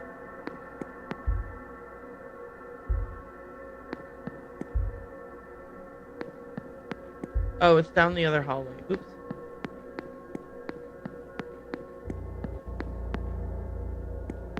Wait, where's the hall? Where is it? Down here?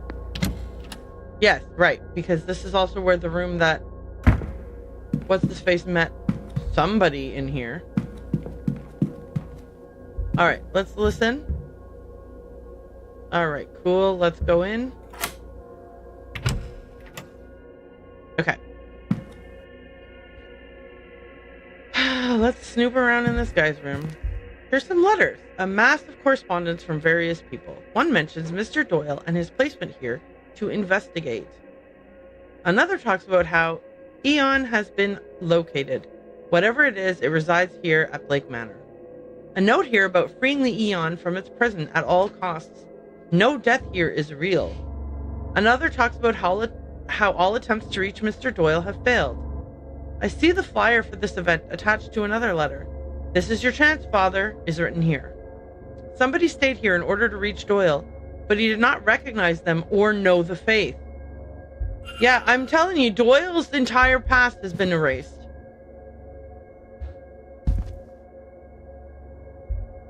Schedule. Father Sinnott's schedule for this weekend. I already know that, though. Didn't I grill him about it? I mean, they could be lying about their schedule now that I'm thinking about this.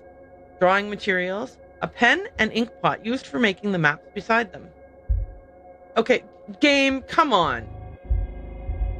I was obviously clicking on this map. He's been trying to complete a map of the grounds, but it's poorly made. Not his skill set, I suppose. Okay. Incomplete maps of the grounds. They're well made, unlike their recent continuation beside them. Okay, so Doyle started, and then Father Sinnott continued. Do I get to look at those? Whoops, wrong button.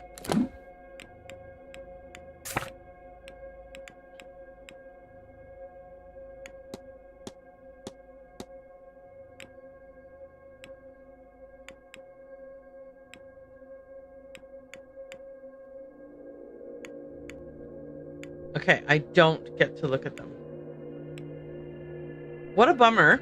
As being able to look at them, I might have been able to find a way into the bathhouse. Can't see anything here. Wardrobe, vestments. Smells of incense, dust, and sulfur. Why does it smell of sulfur? It's weird.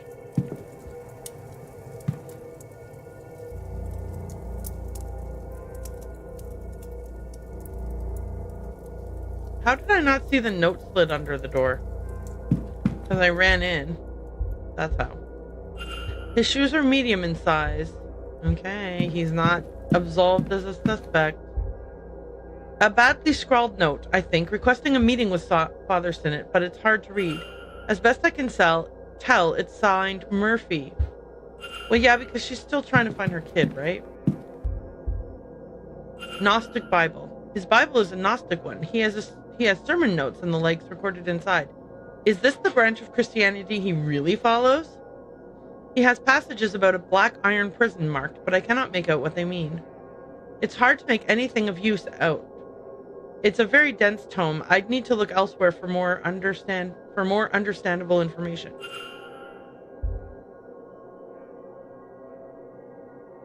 A sequence of strange hand-drawn symbols was sitting below the Bible. But do I not get to look at those? Okay, I guess not. Whoop! Here's a letter. A set of stationery. Dang it! You were supposed to give me some valuable information from that. A journal. A leather journal. Let's see the most recent entry. I've uncovered a hidden door which leads to the woman's changing rooms. It is an ungodly place. Alas, I was hasty in my exit and have yet to review it properly. Between our assessment of the grounds and the talk at 11, our best opportunity will be at 6. But if we find these catacombs, come Sunday morning, we will search them stone to stone. Okay, so thanks for telling me there's a secret door to the women's bathroom and not telling me where it is. I hate you, everyone. Stupid game. Oh, look, it's his clothes. Okay. Is there anything else to look at here? No. Did my map get updated in any way, shape, or form? Of course not. I'm going to go back into this closet to see if that yields anything.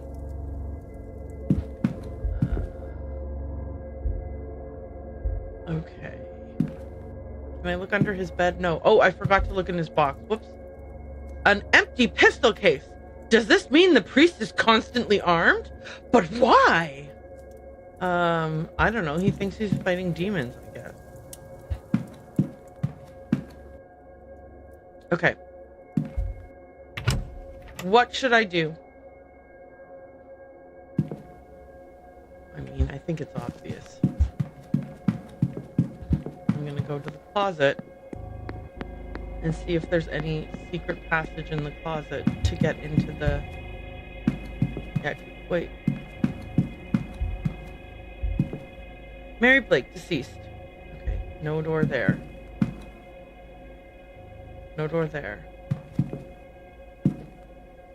No door there. Oh, hang on. What? Okay.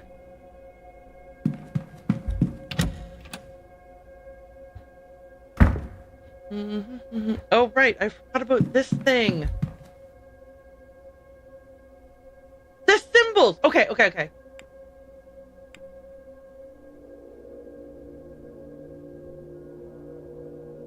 I think so. I think it is a good game if it has you checking blank walls. Is any of these symbols look like the symbols that were in the priest's room? No. God damn it. Okay, so I still don't know the symbols of that. That pisses me off. Where did I leave that damned Bible? Then a follow-up note. Of course, I left it handy for Mass on Sunday. Oh, well, the door to the church is locked. Stupid game. Okay. Stop looking at these things.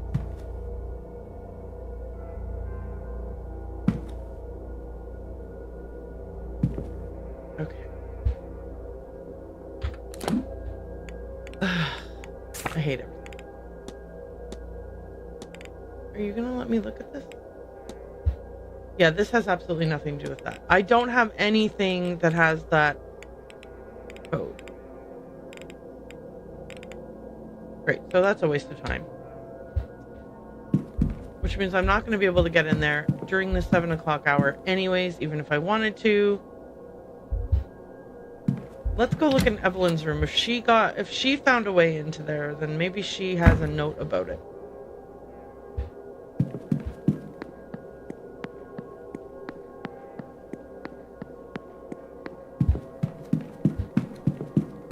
Listen, statues of angels, you can stop trying to scare me.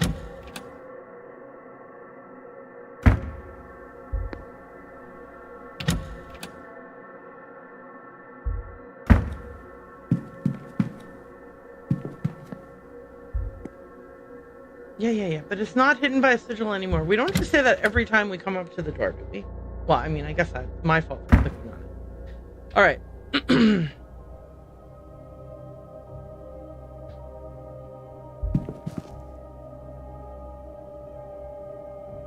What? Oh, that was the scratch to show that it had moved. Yeah, I think oh no, hang on, get out of there. I think I took everything out of this room, so there wouldn't be a new note to find anyway. Damn it. Yeah, this is just her thing saying, oh, I think I'm special.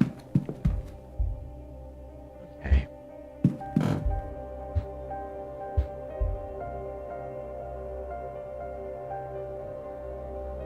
Okay. Well, there might have been. Okay, do I have anything here?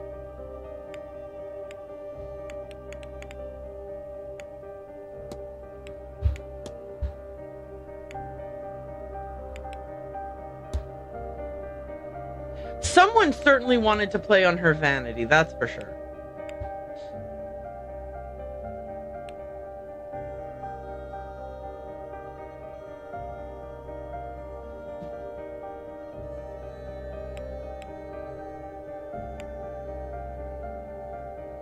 All right.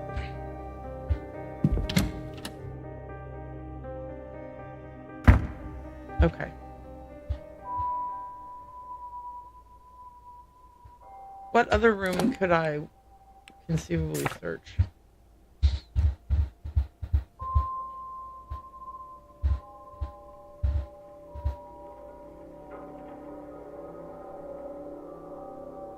I guess Montavani is the next room I want to search, even though I feel like it's not going to be fruitful for the, like, it's just going to open new mysteries, which, I mean, I guess that's fine, but it's like, I want to cross something off my list. I don't like just adding more and more things to the list and not crossing anything off.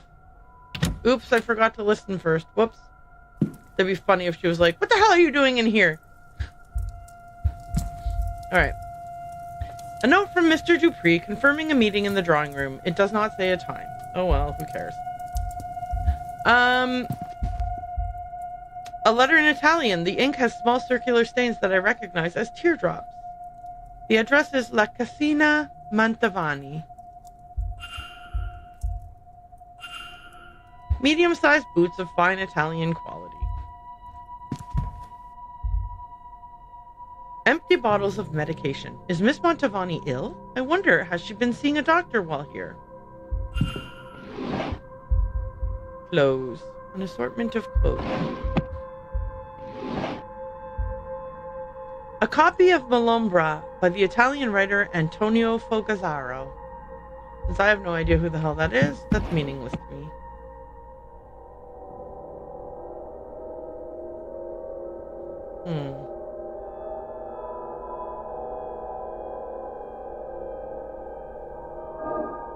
Oh, I did not mean to click on any of them.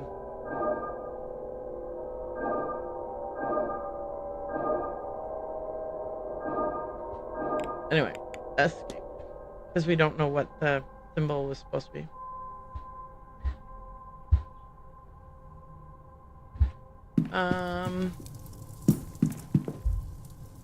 A recent Italian newspaper. It seems to be from the same region as her family is from.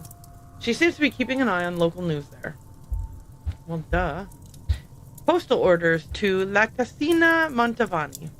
Miss Montavani is planning to send money home to Italy. Miss Montavani's family seem very important to her. Her contract for the event, signed between her and Vincent Varley. I would wager this is an unusually high fee for such an event. Certainly I am being overpaid to be here, and she is receiving that many times over. I forgot that, yeah, like someone sent us a letter and hired us. We're not just here.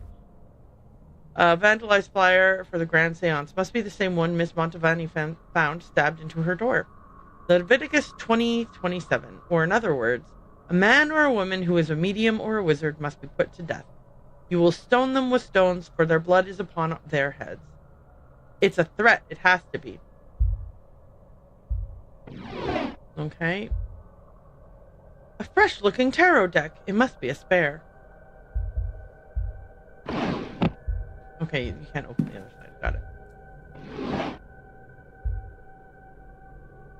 A group of people posing in front of a farmhouse. A few of them look a bit like Miss Montavani. This must be her family and their home. A photograph of a young Miss Montavani and a mother or grandmother, maybe? Okay, no, stop looking at the same thing again and again. Don't do that. Don't do that. Can't look under this bed. Book. A copy of Malombra. Oh yeah, I already looked at this. Okay. So we don't have any clues for this one. That's a bummer. Oh, I already read that. Okay. So did we find nothing of use in here? Oh, never mind. Nope. That's her schedule. That's also boring. posters for events Carmela Montavani has headlined in the past. She really has traveled the world for this stuff. I would think this is a strange thing to bring, but maybe it suggests she travels often and without much notice.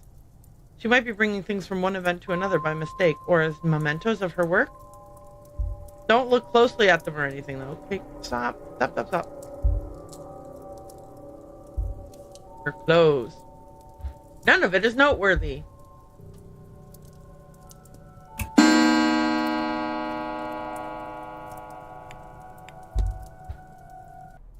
Imagine you don't even spawn outside of the room, so they could come back into their room anytime. Anyway, I feel like I didn't find anything that would tell me what sigil to use on that. What a bummer. Okay.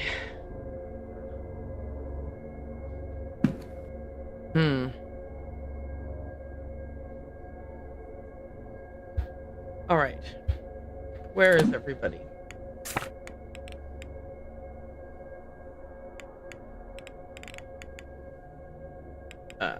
You're preparing the ballroom. You're in the bar, so I could have stayed in your room, but there's nothing to look at in there anyway. Everybody else doesn't have a schedule. You're in the library. I guess I could look in Mr. Scarrett's room. And Callahan is still in the bar, so I could look in his room. Okay, well, let's do that.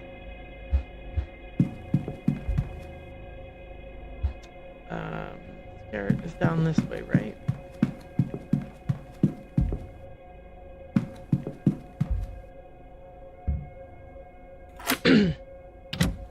Okay. What are you doing in here? You're supposed to be in the bar. Mr. Ward, how Mr. Scarrett, please. Thought you'd rob me, eh? Yes, I know you're tight. Mr. Valley! Honestly, game, come on. I failed! Aww! I was evicted from Blake Manor. Oh no! As a result of my actions, 2 of the people in the manor survived. There were 25 hours until the seance. Honestly, I'm kind of like, ugh, I don't care. I'm tired right now. And I feel annoyed that... I will say that I'm tired. And... I don't know. I like this game a lot. Do we have to do the whole day again? Wait, let's see. Where did it save? Okay, it saved just outside his room, so that's fine. We can redo that. Okay. Here are my thoughts at this point of the gameplay. I found that in the earlier gameplay that there was a lot more things that were easily discovered, and that made it that it was more fun to keep going, because you would discover a thing and then that would lead you to discover a new thing, which would lead you to discover a new thing, that would lead you to discover a new thing. Right now, I feel like I'm at a point where I'm just talking to everybody and finding out nothing. And I understand that maybe that is like, it's building to something bigger. But without those without feeling small victories, like I don't feel like I felt any small victories at all today while I was playing. And when there's no small victories, that can, it feels like a slog. It feels like I'm just running around from place to place talking to people, but it's like work. And that makes it less fun. Now, it could just be that the order in which I talk to people just happened to make it that I felt like I got lots of small wins in the first 2 days that I played, and that now I am at a point where it's like, well, now everything is a boring slog, because that's just because you used up all of the good stuff at the beginning. You ate the dessert first, and now you're stuck with the the yucky part of dinner. But not that I think any part of dinner is yucky, but I feel like there's less. Oh, look, I found a thing today than there was yesterday or on Halloween. Like I played. Oh wait. Okay, there's less finding things than there was on the 31st, the 2nd, or the 6th, based on these save files. So I don't know if that's because I just happened to luck into finding a whole bunch of things that led to something that was like a, oh, that, right? Or if it's just because, I mean, it must be because of that. Like, maybe if I'd talked to people in different order, I would have had a different experience. But I found today to be like far more, why am I bothering with this at all? Nothing is getting done. I'm not making any progress. It's just wasting time. You know, we're, so like between,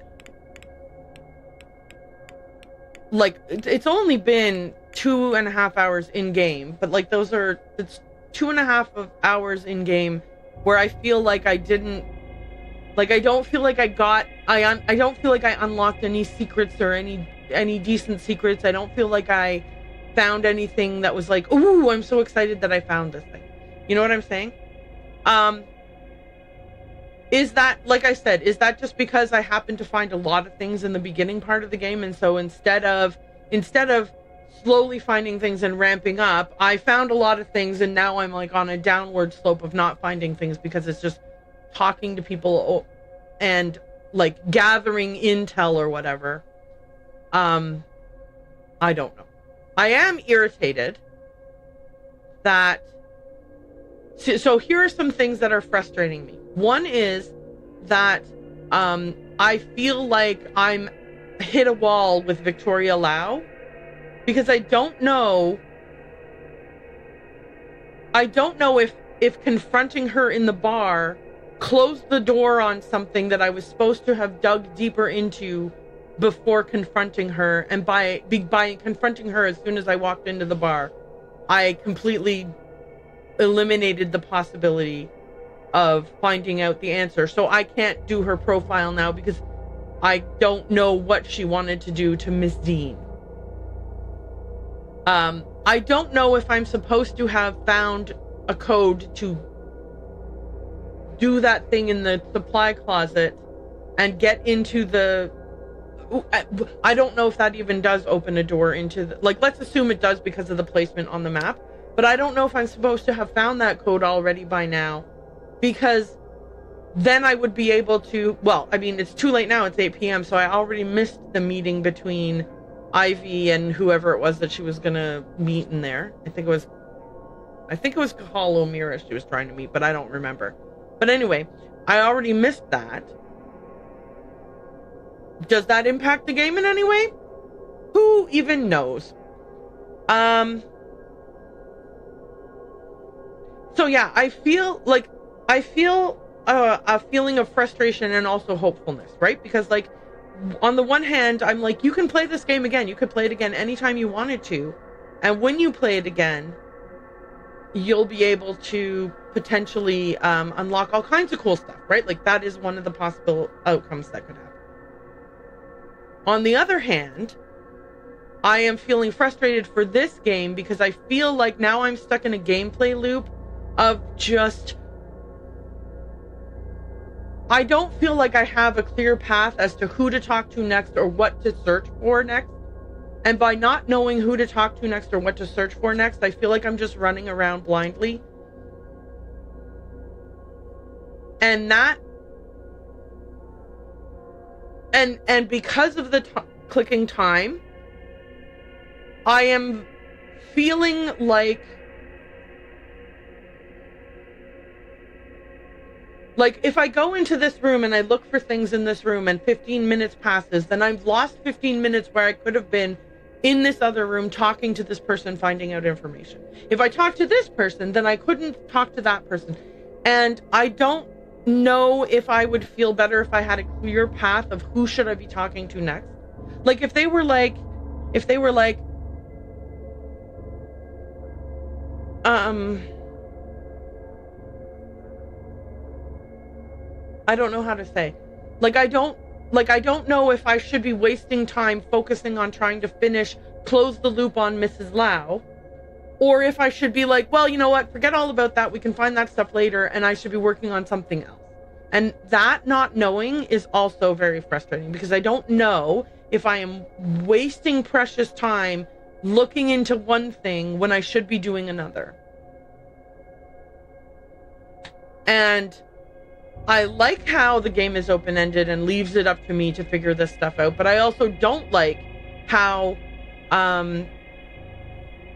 it feels very stressful to get to a point where you're like, I don't know who to talk to. I don't know if it's a waste of time to go talk to Finn again.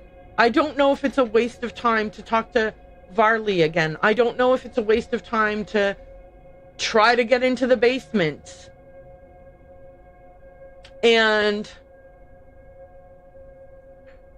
yeah, exactly. Because here's the thing, if you give me too much, like, did my freedom cause me to waste so much time that I actually don't have any possible way of solving the case?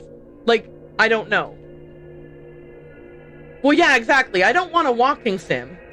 Like, you know what I mean? Yeah. So, sorry, I didn't read it out loud, but I will. Maybellard says, I can only imagine how hard it must be for the devs to balance player freedom and the pacing, because if you remove all possible frustration, you end up making a movie. And yeah, so, like, I don't want it to seem like I know that right now my emotions are quite heightened because I'm at the maximum level of frustration right now. This is not indicative of my experience playing the game. This is indicative of, you know, today's play session has not been as fruitful as I would have wanted. As a result, I'm frustrated. This is no reflection of the game as a game or as a whole. This is a reflection of the choices I made today. So, like, we can just be clear here that any that I'm feeling right now is resultant from the choices that I made while I was playing today, and not like, oh, this game is bad and it's stupid and it didn't guide me and blah blah blah, because that's not what I'm saying. It's relatable. I also had some stretches of not getting much done and some confusion. Right. So it's so hard to balance, like, because when you're playing a game and you're talking about it and you are putting it out there to other people how you're feeling, right? Like, if I play this game at home in my living room all by myself, and this, you know, I'd be like, okay, I'm taking a break from this because I'm annoyed. Maybe I would even restart from my last save and replay the day, right? Like maybe I would not even stick with what I played today. Maybe I would say, I want to redo today because I feel like I didn't make the progress I wanted to make. Obviously, in a playthrough like this, I'm not going to do that because that's ridiculous, right? But it does mean that there are going to be certain points of time while I'm playing where I am feeling a type of way about what's happening that is less than stellar. But it's hard to balance the fact that as a human being, I'm going to sometimes feel like this game is driving me bonkers and I'm hitting my head against a wall and I'm so frustrated by it. It's hard to, like, you don't want that to sound like that's your assessment of the game, right? Because I have played games where my assessment of the game was, this game fucking sucks because nothing makes any sense. I'm wasting so much time. I'm frustrated. I feel like I can't win. Like, I've had that experience with games before. This is not that. This is just a frustrating single session of multiple sessions that I played that were not frustrating. So, just want to be on the record as saying,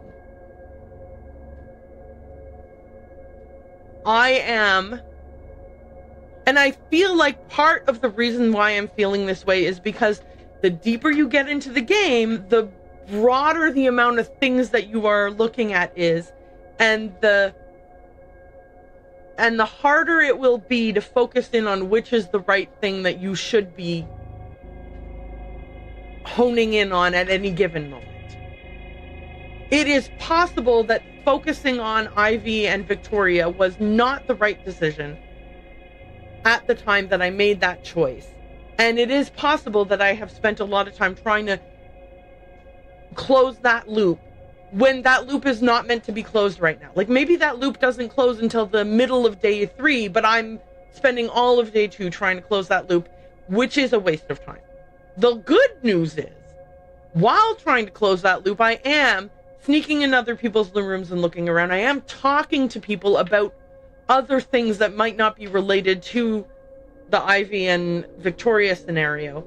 And so I am finding breadcrumbs for other mysteries. So if I do, when I do come back to this, right, tomorrow or whenever, I don't know yet if probably I'll come back to it tomorrow because I'll sleep on it and then I'll be like, I'll have a very much a renewed enthusiasm for it, right? Like right now I'm like, I'm so exhausted, I can't do this. But tomorrow I won't be exhausted and I'll be excited to play again. I also will have slept on it, which means some of the little nuggets of information that I wasn't focusing in on today because I was very focused on Ivy and Victoria will penetrate into my noggin, right? And then tomorrow I might wake up thinking, I talked to like 3 people yesterday who said, who said this thing, and maybe that's the thing that I should be focusing in on. I do have interest in Father Sinnott. I will say this, I think my frustration, I think that there's bad timing because it's bad timing because I talked to Coventry and expected to be able to ask him about the cufflink. And then I couldn't find anything to do with the cufflink in any of my things. Then I left the conversation and I went into the records to look for the cufflink and it wasn't there. And I think that made me, that was what cracked the door open for me being frustrated because I was like, I swear to God, I know Victoria told me that somebody, that this cufflink belongs to somebody. Where is that information in my notes? And it's not anywhere in the notes, and that's super irritating.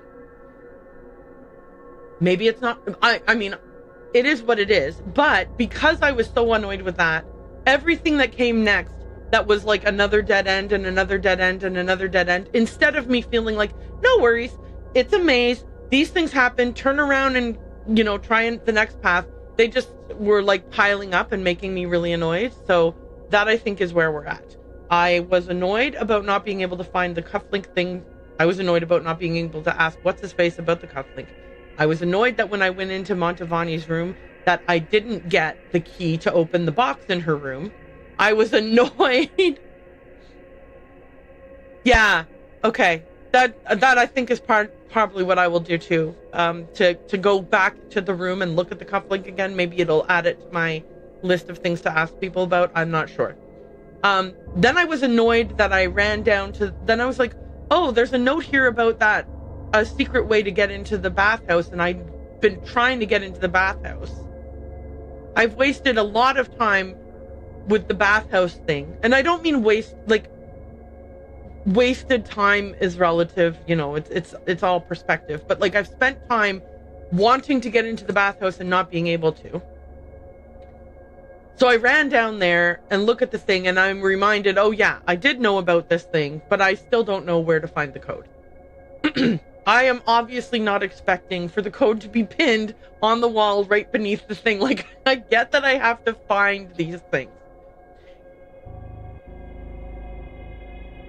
I get it. I am not right now in the mental state to be in the mood to look for them right now. So thank God I'm not obligated to play a 24-hour marathon of Séance of Blake Manor, because if I were, this would definitely go downhill from here, right? I would get more and more annoyed and I would rage quit and that would be terrible.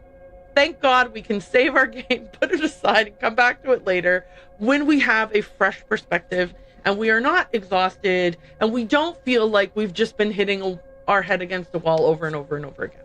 Okay, anyway, today's stream had a very long intro and a very long outro, as it's turning out, because I am not in the right frame of mind to jump back into the game and see if I can make some more progress. I just can't.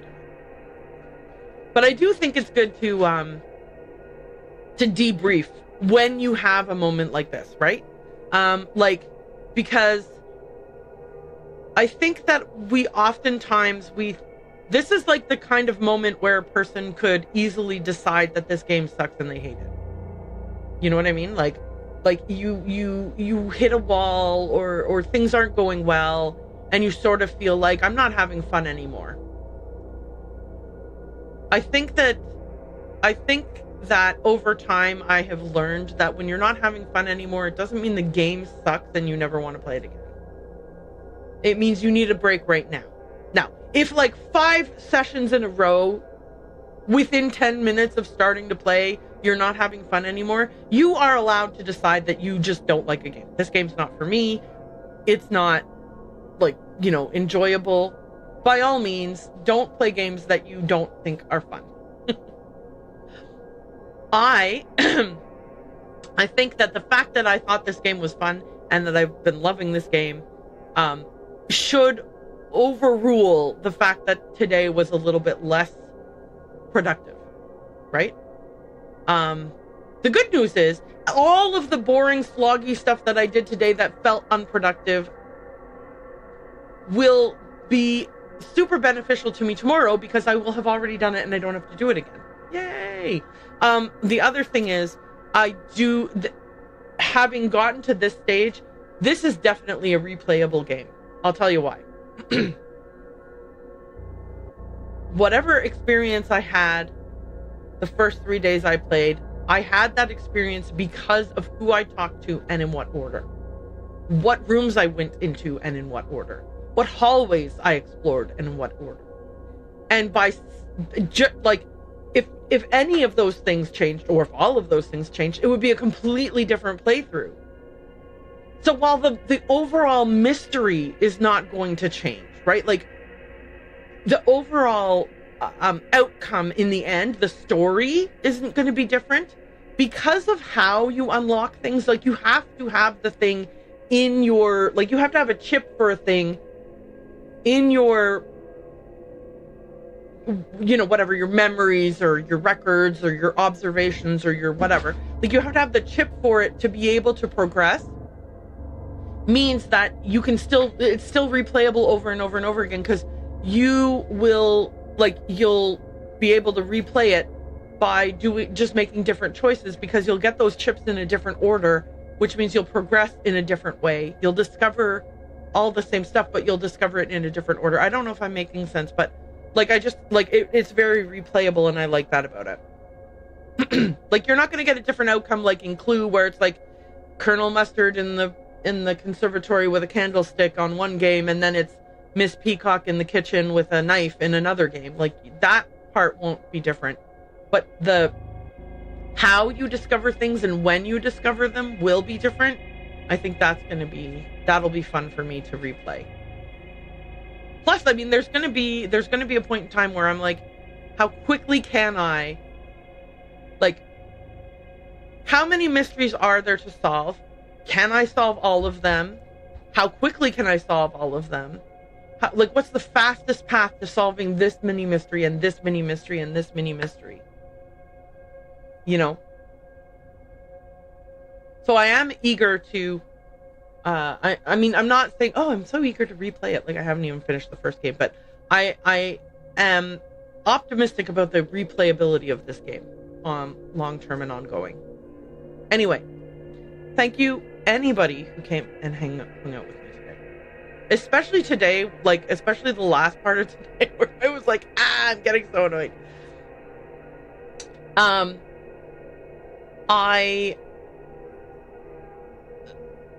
I had a very enjoyable time. I am glad that when I started, like, when we hit the game over, no problem. I'm glad that I took the time to kind of talk through how I'm feeling about this, so that the last impression of the stream is not me being like, I'm so mad about this stupid game, right? Like, I don't want that. I want, definitely, for the last impression, for me to leave you with the impression that this is a good game that is enjoyable, that is worth playing, and that does have frustrating moments because it's so complex. They did a wonderful job with this game. I wouldn't want it to be easy, because then you would be like, click, click, click, done.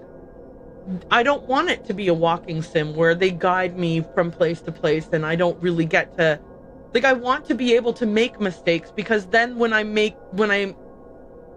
want to be able to make mistakes, because that way, when I get something right, I feel like I've accomplished something, right? It is more of a, ooh, I'm smart and figured this out. So that is like, there's value in that. I am annoyed that the guy's schedule said he was going to be in the bar and he wasn't in the bar. Right? But like at the same time, maybe he changed his mind. I should have listened at the door. That's on me. That's like 100% on me. So I'm looking forward to more Séance of Blake Manor. Anyway, thank you for joining me. If you're watching this on a replay, thank you so much. If you were here lurking, thank you for your support. If you were here chatting, thank you for participating. I really love that. I'm so grateful to everyone. I'm going to say goodbye to everyone on YouTube right now, and then I will raid out for the people who are on Twitch. So, bye YouTube. Have a wonderful Friday evening, and I will see you again tomorrow.